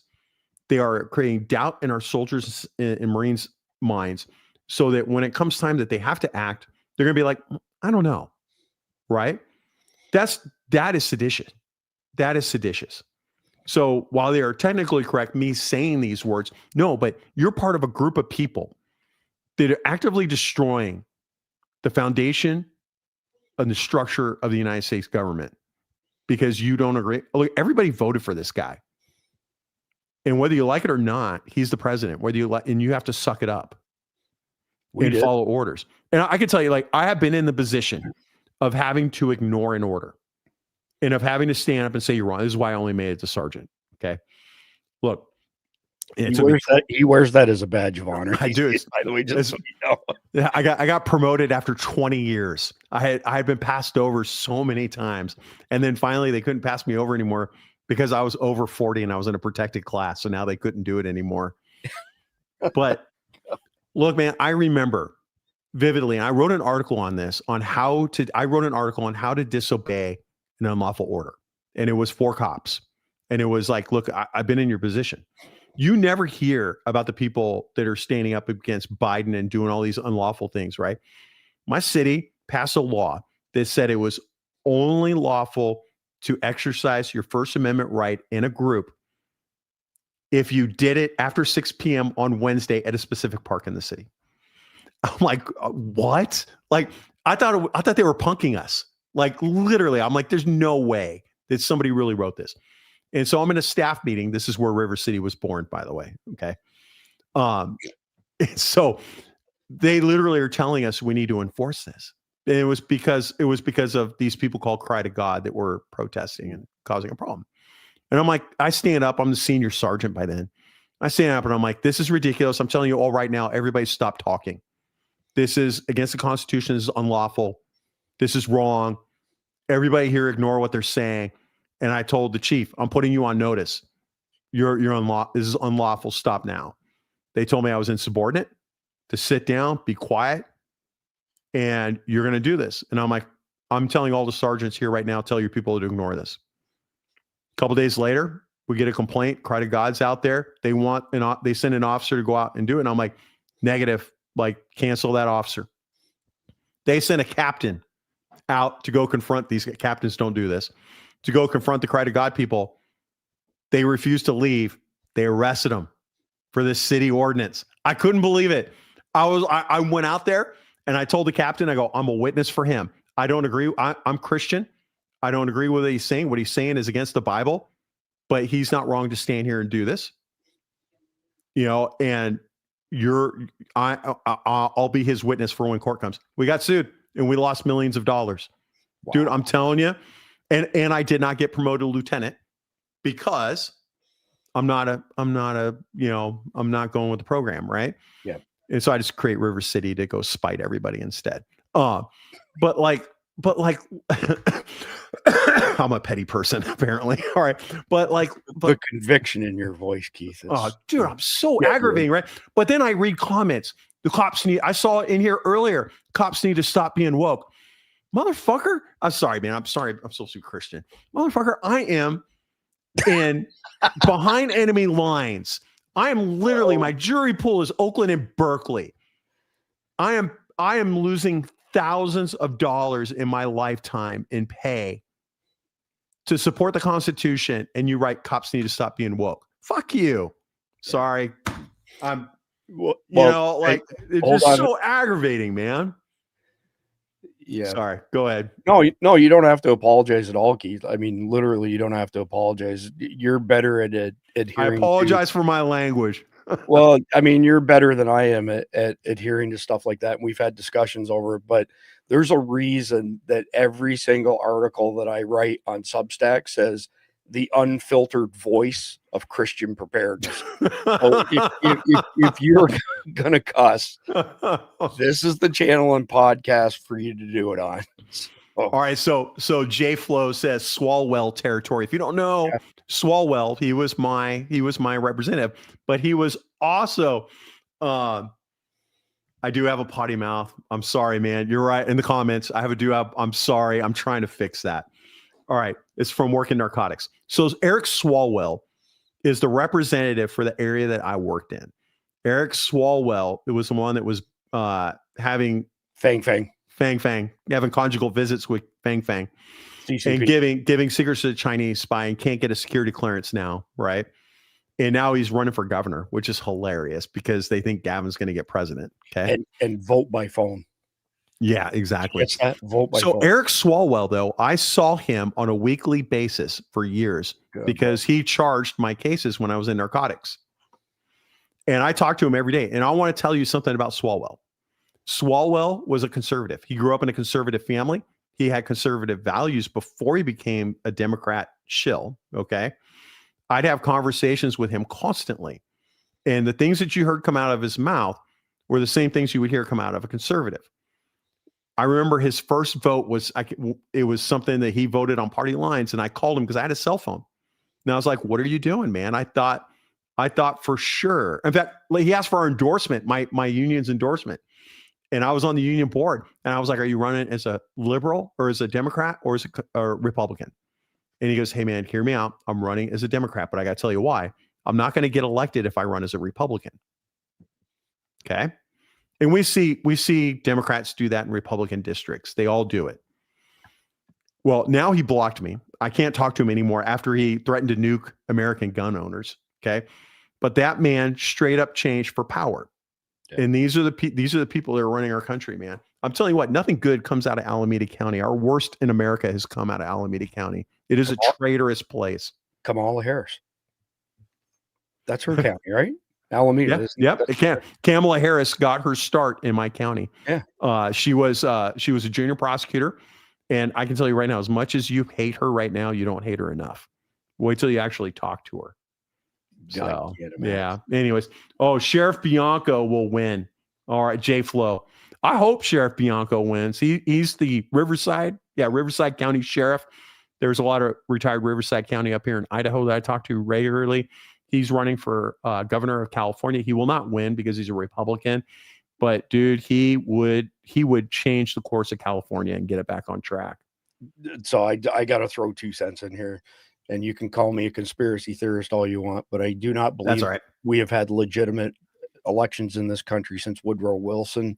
And Pete Hegseth in his book actually says it started several decades before that, but I think it was Woodrow Wilson, 2012, when you've got the, JP Morgan and that entire crowd were power hungry, and they essentially took over the system. So I think in our history, in the history of our country, or at least since 1912, there's only been 3 legitimate presidential elections: JFK, Trump 2016, Trump 2024.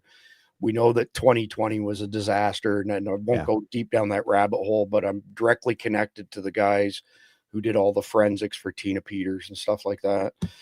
So with that being said, I don't think that Gavin Newsom, for example, was legitimately elected. I believe that he was installed. I don't think Ma'am Dammy won. I believe that he was installed. Mm-hmm. And again, look at the polls, click through to see what the methodology is that's used. So if you look at the ones for Ma'am Dammy where they were saying, oh, he's ahead, 51 to 49%, whatever the numbers were, that they were polling 60, 70%. Holy cow, Jim.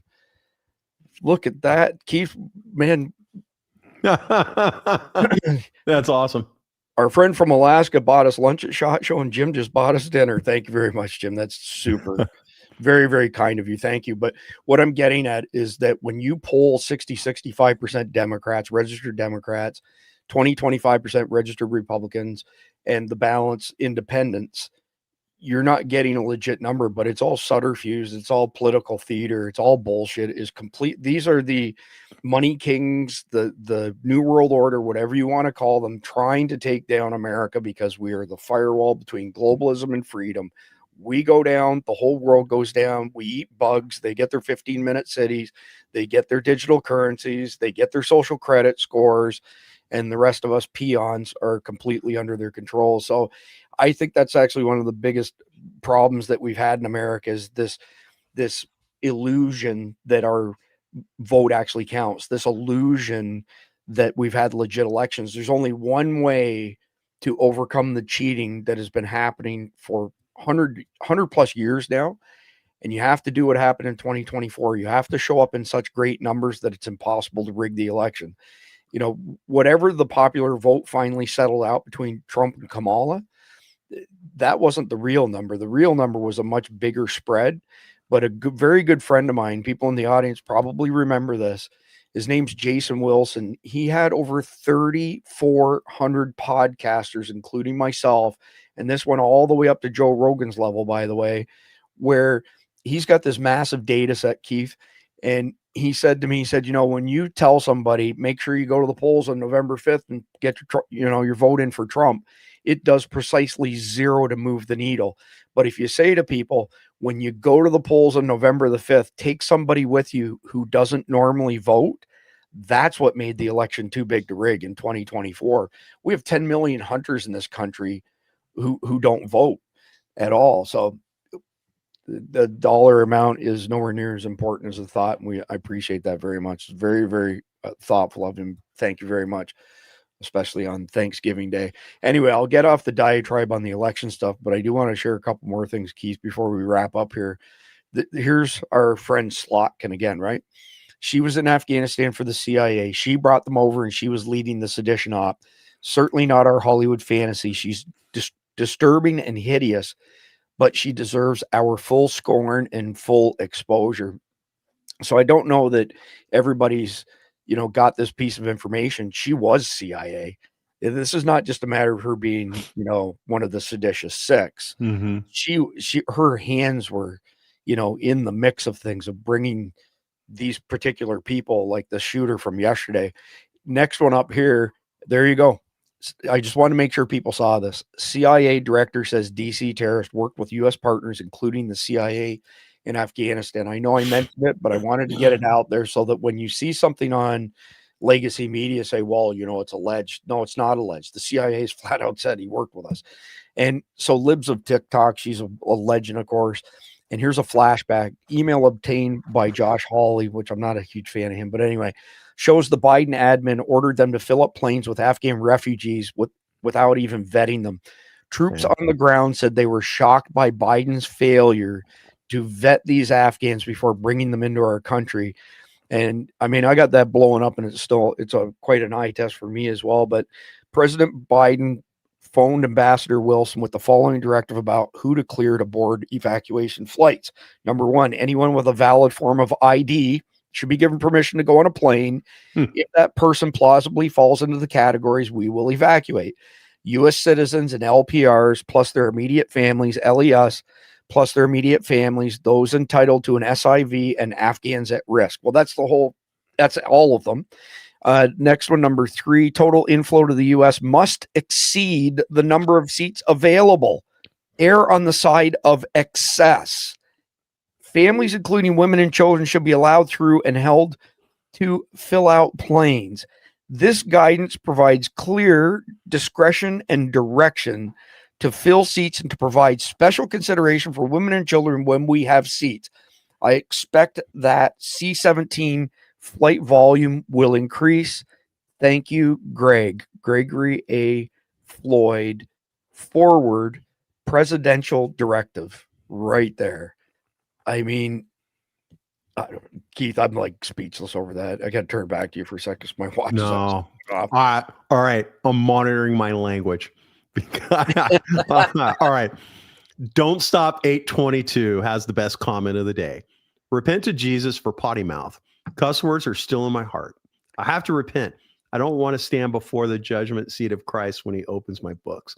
100%. I am ready to cuss a whole bunch right now after reading that memo. Like, we all knew that was going on, that was happening. And thanks for the reminder. Don't stop, because you made me stop. So, but they fly out. We knew that ahead of time, right? We knew they were allowing unvetted people, but to see the memo, right? It just makes you more enraged. And I'm not going to lie, man. I spent 6 years in the Army, and I spent 29 years and 6 months as a cop, because it was cut 6 months short by some dirtbag, unfortunately. And I spent like my whole adult life protecting this country and my community for what? So you can let a bunch of people come in and start shooting people and killing them. Like, I feel like I wasted all my time, right? Between, when I look at this, I mean, it sucks, dude. Like, it just makes me angry. I didn't even go to Afghanistan. How do the Afghan vets feel? I know there's a couple on here, right? You're an Afghan or Iraq war vet. You're just a GWAT guy. You gotta be, I'm trying to be careful. Don't stop. All right. You gotta be pretty PO'd about what's going on right now. Think about my very good friend, Randy Nance. He the whole entire lower half of his body was engulfed in flames. When the IED came through the Humvee, it took his glutes off. It literally took his ass off on both sides. He lost a leg. We were at an NRA event years ago when I used to go to them. I don't like them anymore, but yeah, he was staying in a hotel, Keith. Even it was in the DFW area, but he was living far enough away that it was just easier for him to stay in a hotel so that he could attend the event with us. He gets up in the morning, he goes to walk around the bed. His skin is so thin where he was burned that it split him open like a ham coming out of the oven, and he had to go to the ER to be tended to. So you want to talk about somebody who has a right to be pissed off about this stuff that's going on?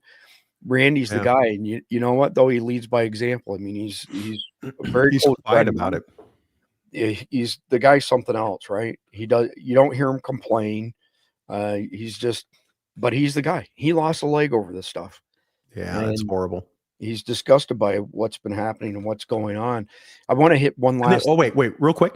But we're the enemy. Retired cops and veterans are the enemy, according to the left. And they said repeatedly, the counterterrorism center sent out messages about how veterans and retired cops were fueling the right-wing movement. Well, yeah, because we watch you destroy our country and we're upset about it.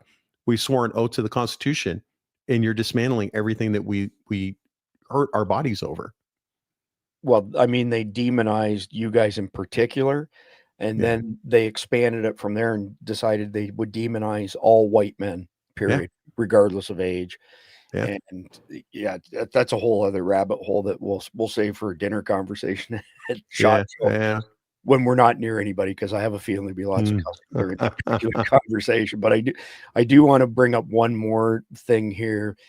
So this post from this guy, it doesn't matter who he is, but 40 million US per week in aid to the Taliban must be stopped immediately, as the Taliban are using all funding to support terrorist organizations. The Afghan shooter who fired at the White House National Guards has a direct family tie to the ISKP terrorist organization. I want to clear this up while we're on the air. It's not $40 million a week. It's $87 to $100 million per week. There is one particular bucket of money that accounts for 40 million of the bigger number. That 40 million, I don't know how much you've spoke to Cleet about this, Keith. That 40 million is supposedly earmarked for the Taliban to keep all of these terrorist organizations in check, to provide safety and security, to contain it inside of the Middle East, especially inside of Afghanistan, right? So this is some crazy stuff. You can, talk to Khalid. He'll show you the evidence. Go to his website, command11.com. The Taliban are saying to Sebastian Gorka and the rest of the people in our government, yes, just keep sending the money and we'll look after you. By the way, the top 5 guys in the Taliban government are getting $5 million a week, which is 25 million, plus the 40 million, 65 million. Then there are these other small buckets of 3-4 million here and there that adds up to the 87. But there's contingencies in there where sometimes it floats upwards of 100 million. You ready for this, Keith? You got to keep in mind that Khalid and his associates have penetrated over 80 out of 125 known terrorist camps in Afghanistan. When he says he's got the receipts, he's got the receipts. There's a lot of stuff we can show online, a lot of stuff that we can't show online. So the way the Taliban works is they come up with a plan, some type of terrorist attack, a new tactic, strategy, whatever. They always test it on Pakistan. Pakistan's a third world country. They're their next door neighbor. They're separated by this crazy, mountain range. It's not easy to get, to and from there, sort of thing. So here's what the Taliban have been doing. They have been dressing up their own fighters as ISIS and other terrorist groups who now fall under the Islamic Army banner. They go and test the strategy in Pakistan. They kill a bunch of people. There was just another bombing. I think it was in Peshawar a couple days ago. They come back across the border in Afghanistan. The Taliban kill their own guys, take the pictures, give the pictures and the intel to Sebastian Gorka and the rest of the people that are. I've met Sebastian Gorka. The guy's brilliant. He doesn't know shit about counterterrorism, and he's way over his head. But they say, look, see, that money you're spending, we're giving you a great return on investment because, look, we just killed all of these ISIS guys that just did this attack in Pakistan. In reality, they killed their own guys so they can smile to our face while stabbing us in the back. And then they gain the intelligence of, hey, we need to change the TTP a little bit. The tactic needs to be changed a little bit to suit this, that, or the other thing. That's how bad this is. I mean, we're not only being raped financially, now we've got... So this is the beginning of shootings. It's only going to get worse. Go ahead, Keith. No, so I'm going to make a lot of people mad. All right. I voted for Trump. I support Trump. I love a lot of his policies, not all of them. But I want you to look. We're funding the Taliban. Why is that being allowed to happen? Okay. Why are we doing that? Okay. Why is that not being put to a stop? You look at some of the other things. They're like the H-1B visas, allowing more H-1B visas, which takes away jobs from good American kids coming out of college, right? And my son is one of them. My son could be replaced by an H-1B visa, but he works for a good Idaho company that will not let that happen. Okay. Right. All right. But we have that. Think about reciprocity for concealed carry. Think about all the people who were visiting DC that day, but couldn't carry because it's illegal because we have no reciprocity. Okay. This is ridiculous. None of this stuff should be happening. We control everything. We have the majority, right? Get rid of the filibuster and pass the budget and be done with it, right? There's so much we can do and it's not happening. It's not. And look, I support Trump, but why is not somebody kicking him in the butt and telling him to fix this? So I can partially answer one of your questions. So we have a mutual friend who shall remain unnamed on air because I don't want to put him in anybody's sites, but who is in the White House on a regular basis and is also at Mar-a-Lago on a regular basis for business, not for, banquets, that sort of stuff. And he said the order right from the very top inside of the administration is that Trump wants 2 Nobel Peace Prizes. He doesn't want 1 Nobel Peace Prize because Obama got 1 Nobel Peace Prize. He wants 2 so that he can go down as the peace president with an extra Nobel Peace Prize that Obama didn't get because he hates him so much.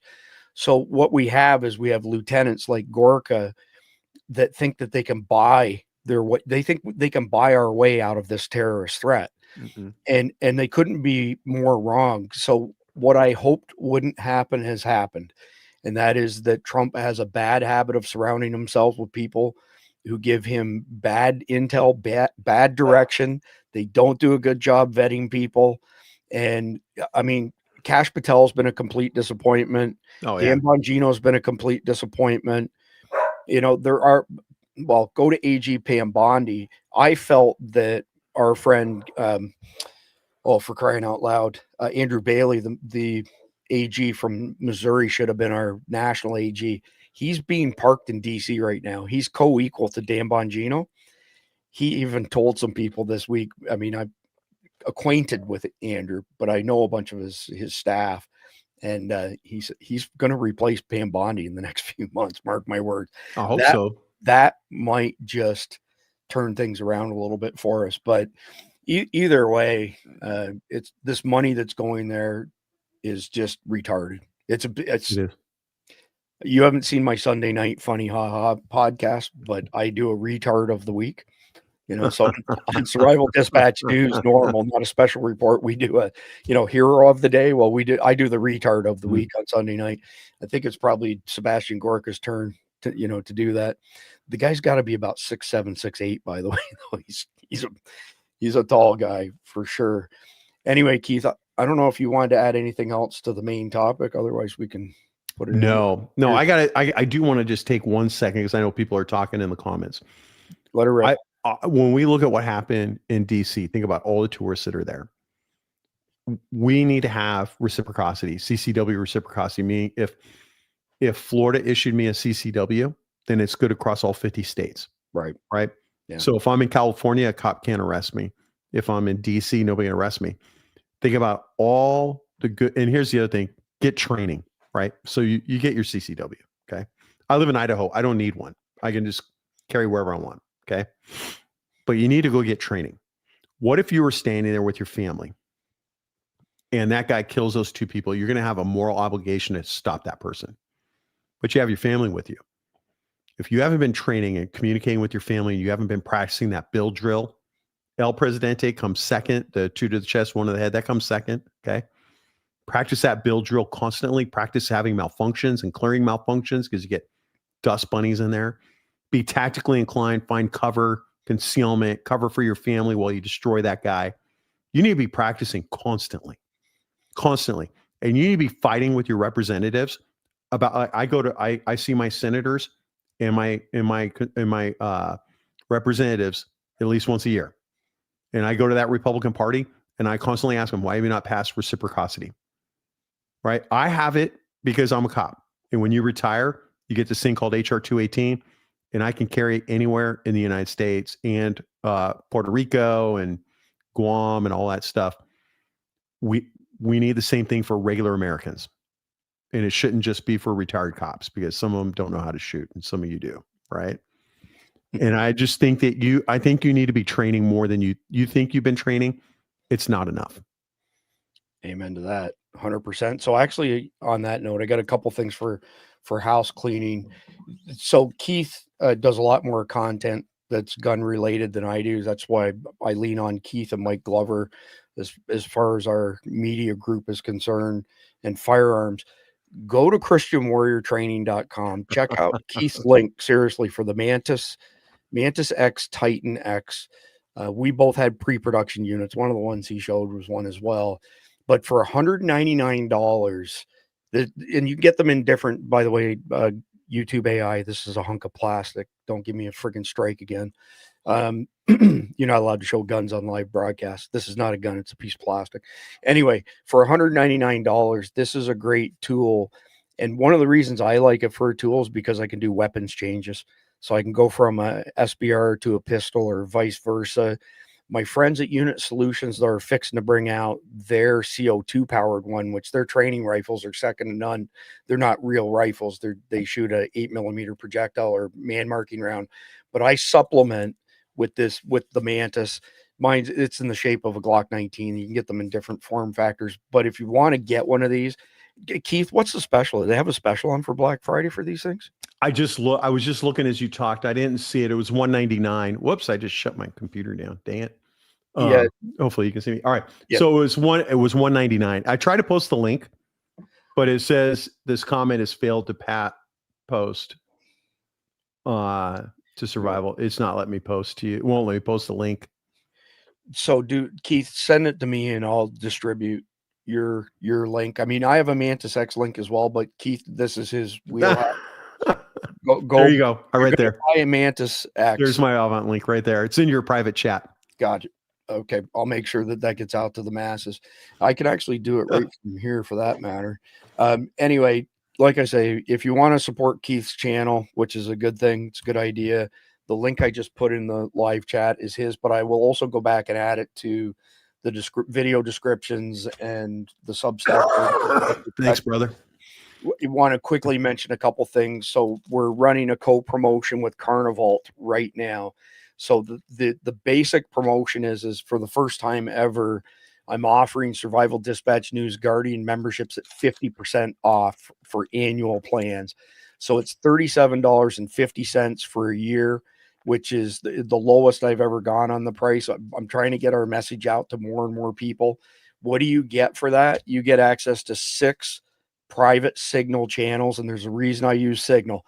It's not a platform, can't be censored. I'm a programmer. I have reviewed the code for Signal, the blueprints, the source code multiple times.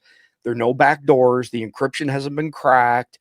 When you hear somebody say, "Oh, there's a vulnerability in Signal," no, it's what's called a PEBCAC problem. Problem exists between keyboard and chair. It's somebody being socially engineered to give up their credentials. That's not a problem with the app.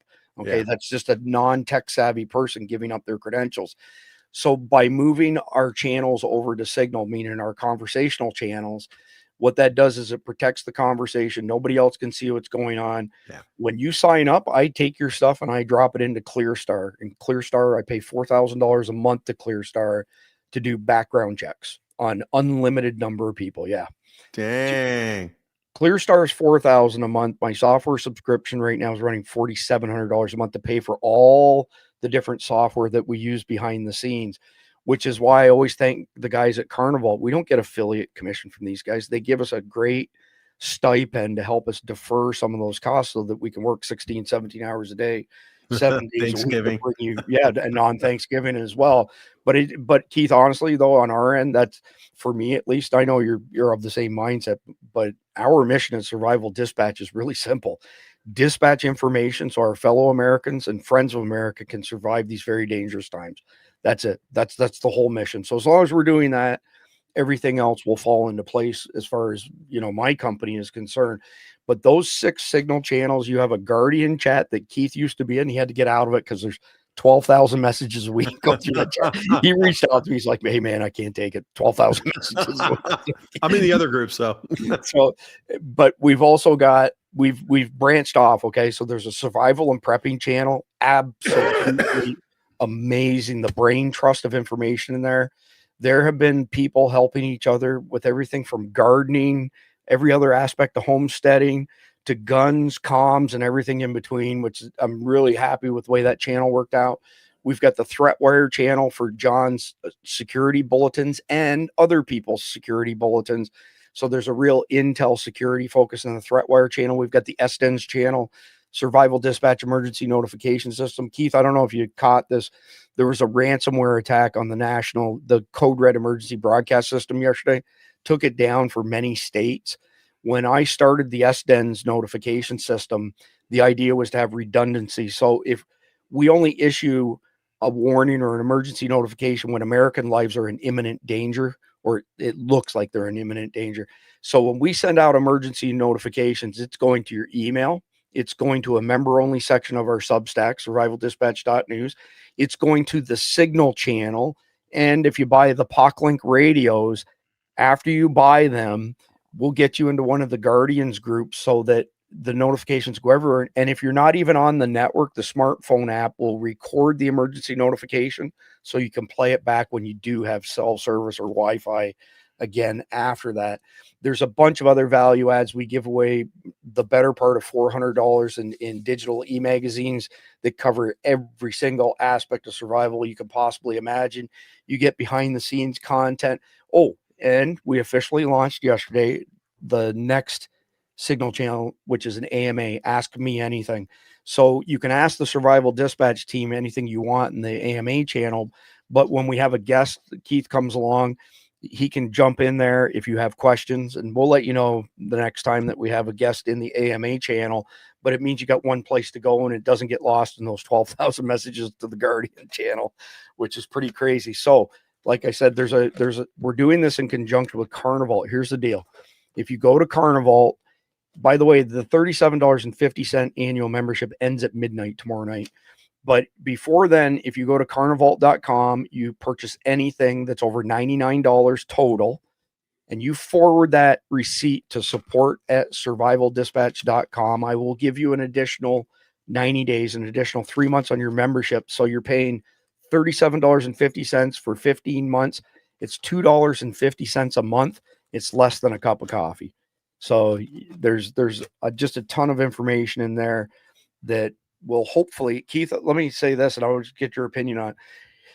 We are 64 episodes into a 144 episode series on the Long War, and each of them is predicated on post 9/11 2.0. And I've been telling people, if you retain anything from the Long War series, it is, if you are anywhere near the X for a terrorist attack, get as far away as fast as you can. Do not trust law enforcement, paramedics, because they're probably the bad guys dressed up as first responders. Yeah. Do not think afterwards, man, I survived. The secondary and tertiary attacks will be worse than the initial attack, because they're meant to draw in our first responders and kill them with VBIEDs, vehicle-borne IEDs. Yep. Keith, anything else you can add to that? Because basically, I'm just trying to tell people distance is safety. If the shit hits the fan, get as far away as fast as you can. Yeah. The problem is, besides, like, they've been stealing our uniforms and our patrol cars, and we know that. We've stopped people, and like cartels are constantly transporting drugs and people in fake prison vans. I mean, like, it's nonstop. People, and the problem is, like I train cops all over the country, and sometimes I look at these and look at the bulletins and go like, man, I'd have a hard time determining that guy's not a cop, right? And you definitely don't have that training, and you're gonna have a hard time. Like, you're gonna see a cop and go, oh, there's safety over there. Let me go there. And it turns out that's part of the terrorist attack, right? Look, trust our cops, okay? But if, like, you remember the Route 93 shooting or whatever it was in Vegas. Look, man, distance and cover is your friend, right? And just the farther you get away from everybody else, the better you are, right? So they are going to do secondary attacks, because we're seeing that overseas. Once law enforcement shows up, they'll pull up an ambulance full of TNT or whatever and just detonate it right there. Let me throw this out just so people have this piece of information who maybe haven't been following our Long War series. And by the way, I'm not telling you not to trust cops. I'm telling you that if you get caught on the X, you can't trust anybody. What they may appear to be, there's a good chance they're not. The terrorists have been doing this for years. And Keith, I'm not sure if you caught this, but there's been a rash of break-ins at National Guard armories, stealing their uniforms. Yeah. So that they'll show up as cops, paramedics, National Guard, and people will walk up to them and they end up getting slaughtered. So, I mean, it's awareness is the key thing, is really what 100%. I'm trying to get at. And this is not something that's a new tactic for them. 10/7, they did it in Israel, right? The people who had presence of mind to leave, there were two guys dressed up as Israeli cops, said, whoa, stop. It's not safe to go past this point. And then the Hamas guys jumped out of the bushes and slaughtered everybody. Yeah. And what I'm worried about too is every time we do these exercises, these active shooter incidents in churches, we have a blue on blue constantly, meaning a good guy shooting another good guy. Yeah. And it happens every scenario, no matter how much we train them, because, everybody knows, I've talked about this story before. I had a good friend that was killed by another cop. He was on my drug task force. He responded to a carjacking. He was the drug task force in my county. He responded to a carjacking, took the people out at gunpoint. New cop comes over, and the new cop did nothing wrong. He actually goes to my church now. Wow. He bailed over the fence, shot him because he thought it was a guy trying to kill, because he's chasing an armed carjacker. And my point is like, you guys think, like, in your mind, like this National Guard shooter. I mean, I would pull my gun and start shooting them, but then you have all those cops rolling up and you're standing there with a gun. And I mean, there's a lot that goes into this training, and there's stuff that you're not going to be able to train for. I have held, I was holding a house one time. There was a murder suspect inside, and I'm in the middle of the street with my long gun. It's a busy street. And it just occurred. And something behind me told me to look behind me, and I look, and there's a guy running at me with a gun. And I was like, crap, the guy got out of the house and now he's coming for me. I flipped the full auto, turned around to transition, and the guy stops and goes, I'm a cop. Bro, what are you running up behind me without a raid jacket? I almost killed him. Right. Wow. And I mean, people get caught up in the moment. There's so much going on. The cops that are rolling in, the Secret Service guys, they're overloaded, right? They're coming in minimal information. There's so much that can happen. And the only way you're going to do this is train. When that 9/11 2.0 happens and you are an unfortunate person to be there, they're not wrong. Just get out. there's not a lot you're going to do to stop it. Just get your family, protect them, and go. You know, far away as fast as you can. If I'm there and like the guy's in front of me, yeah, man, I'm going to take him out. But man, I'm going to holster as quick as I can so I don't get shot by all the cops rolling up. Right? Yeah. Fair enough. Not everybody has your level of experience, though. So I would go with your first inclination and tell people, you know. Yeah. And like Keith said, we won't have, most of us won't have the presence of mind to identify a cop or not. We've covered this. Every cop in America, if they have a radio, which they all do, it's either a Motorola, a Kenwood, or a Harris. You're not going to see a cop with a Baofeng radio. Yeah. So if you saw something like that, that's, you know, here's your clue. That's not, or if they show up with a duty belt on and there's no handcuffs, no taser, you know, that's not them. If you look at the pistol or the holster, pardon me, and it's not like a level 3 retention holster, yeah, that's probably not a cop either, sort of thing. So, you know how I got, like, we call them red light bandits, the guys who pretend to be cops and pull people over. How I spotted them when I was a cop in California, you have to have a solid red light to the front. Nobody has. It's a weird law from like the 40s. Interesting. And it's got to be a solid red light. So you look at every police car in California, it has one solid red light to the front. So no matter what, you have all the flashy lights, there's still just one solid red. And then that's how you catch the fake guys. It's like, where's a solid red light? There's not one there, right? And I remember I got pulled over by CHP. One of my informants had taken hostages, and the agency was like, hey, can you get out here and talk to this guy? So I'm red lights and sirens in an unmarked car, and it did not look like a regular undercover cop car. It's my undercover car. And I'm screaming 100 miles an hour down the freeway, and I get pulled over. CHP tries to pull me over, and I'm like, I'm not stopping. I got a siren and red lights. I'm going to an emergency. Well, when I get on scene, he tries to like, hey, you get back here. I'm like, get out of here, jackass. Well, it turns out he's like, well, I didn't know you were real. Bro, how many fake cops have you seen with a solid red light? And he looks at me and he goes, good point. You know, like, but like, it's these little things that like cops know, right? Yeah. That see the, like, your badge is not the right shape for the area that I'm in, right? If you're in the San Francisco Bay Area, we have stars. You're in Southern California, you have ovals, like LAPD oval, right? Like little things like that. Or like, why don't you have a patch on your uniform? Only LAPD doesn't have patches, or Oakland PD only has one on the right side, right? Like these little things that they pick up and notice, like just know for your area, like get to know those little itty bitty things, intricacies. Yeah. Again, though, under stress, doubtful that a lot of people would have the presence of mind to pick up on that. But dude, here's a good comment. The last thing the cops need is an amateur in there trying to play hero.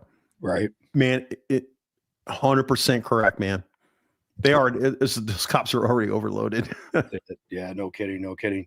So I appreciate if y'all check out survivaldispatch.news. Again, the annual memberships are 50% off till midnight tomorrow night, which is only $37.50. Buy something from Carnival over $99. Send your receipt to support@survivaldispatch.com, and we'll give you another 3-month extension on that. We will be back tomorrow night at the usual time, 7 p.m. Eastern, with our next episode in the Long War series. And we're going to dive in a little bit deeper on the cyber war / cyber attack portion of the, call it the post-apocalyptic world, which would be post 9/11 2.0. Make sure you go to ChristianWarriorTraining.com. If you're not following Keith, you should be. He's not just a good friend of mine. The guy's a walking book of knowledge on all of this stuff. He'll never steer you wrong. Gives away a ton of training, by the way. If you want training, go read his stuff, watch his videos, and do all free. It's all free, and do all the things, and make sure that your church knows about it as well, so that you're not a sitting duck. But that's it. So between now and tomorrow night, please like, share, comment, and subscribe. Happy Thanksgiving. God bless America. Enjoy Mike Glover's closing video here. He's got a couple tidbits for you on Thanksgiving.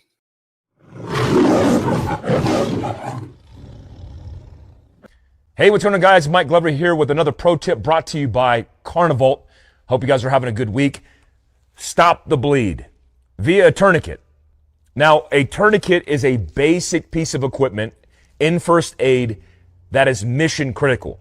You should have one on your person. I don't care if it's in your purse, European man satchel, or your pocket. Have one on person. Now, this is a Cat 7 tourniquet made by North American Rescue, and it's NAEMT certified. You don't need to remember the acronym, but what you need to know is it's vetted, proven in combat. So this is the basic principle of how a tourniquet works. You have a loop in circumference around the extremity, arm or leg. You pull it taut. In this case, we're going to go above the tri and bi between the deltoid, and we're going to apply the Velcro all the way around. We're going to turn the windlass. The windlass, when I went in the Army in the 90s, was a stick via a cravat, a piece of cloth that went around your body. We're going to turn this until we can't turn it anymore, or until we stop the bleed, and we're going to lock it into position. We're also going to take this tab and ensure that it's covering this so it doesn't come undone. Now, it's really easy to stop the bleed. It only takes minutes of your time to learn, and the application happens in seconds. But here's the primary issue that I've identified in training first aid and stop the bleed. Many people don't understand. When you have an extremity bleed and arterial compromise, you have to get to a higher level of care, which means applying the tourniquet and stopping the bleed is the easy part. That's when the journey begins. What you do after is more critical, because you still have to transport yourself or the casualty. A couple checks, 2 fingers, making sure there's no space behind the tourniquet, and obviously looking at open lacerations to see if anything is bleeding. This tourniquet is only held on by the Velcro that is attached with the male and female portion. You let that go, all the pressure is gone, right? And you can't stop the bleed. Make sure you have a plan to evacuate the casualty. You know where level 3 and level 4 trauma centers are, and you have the right equipment to stop the bleed in the field. Guys, I appreciate you. Thanks for tuning in to another pro tip brought to you by Carnival. We'll see you next time. Peace.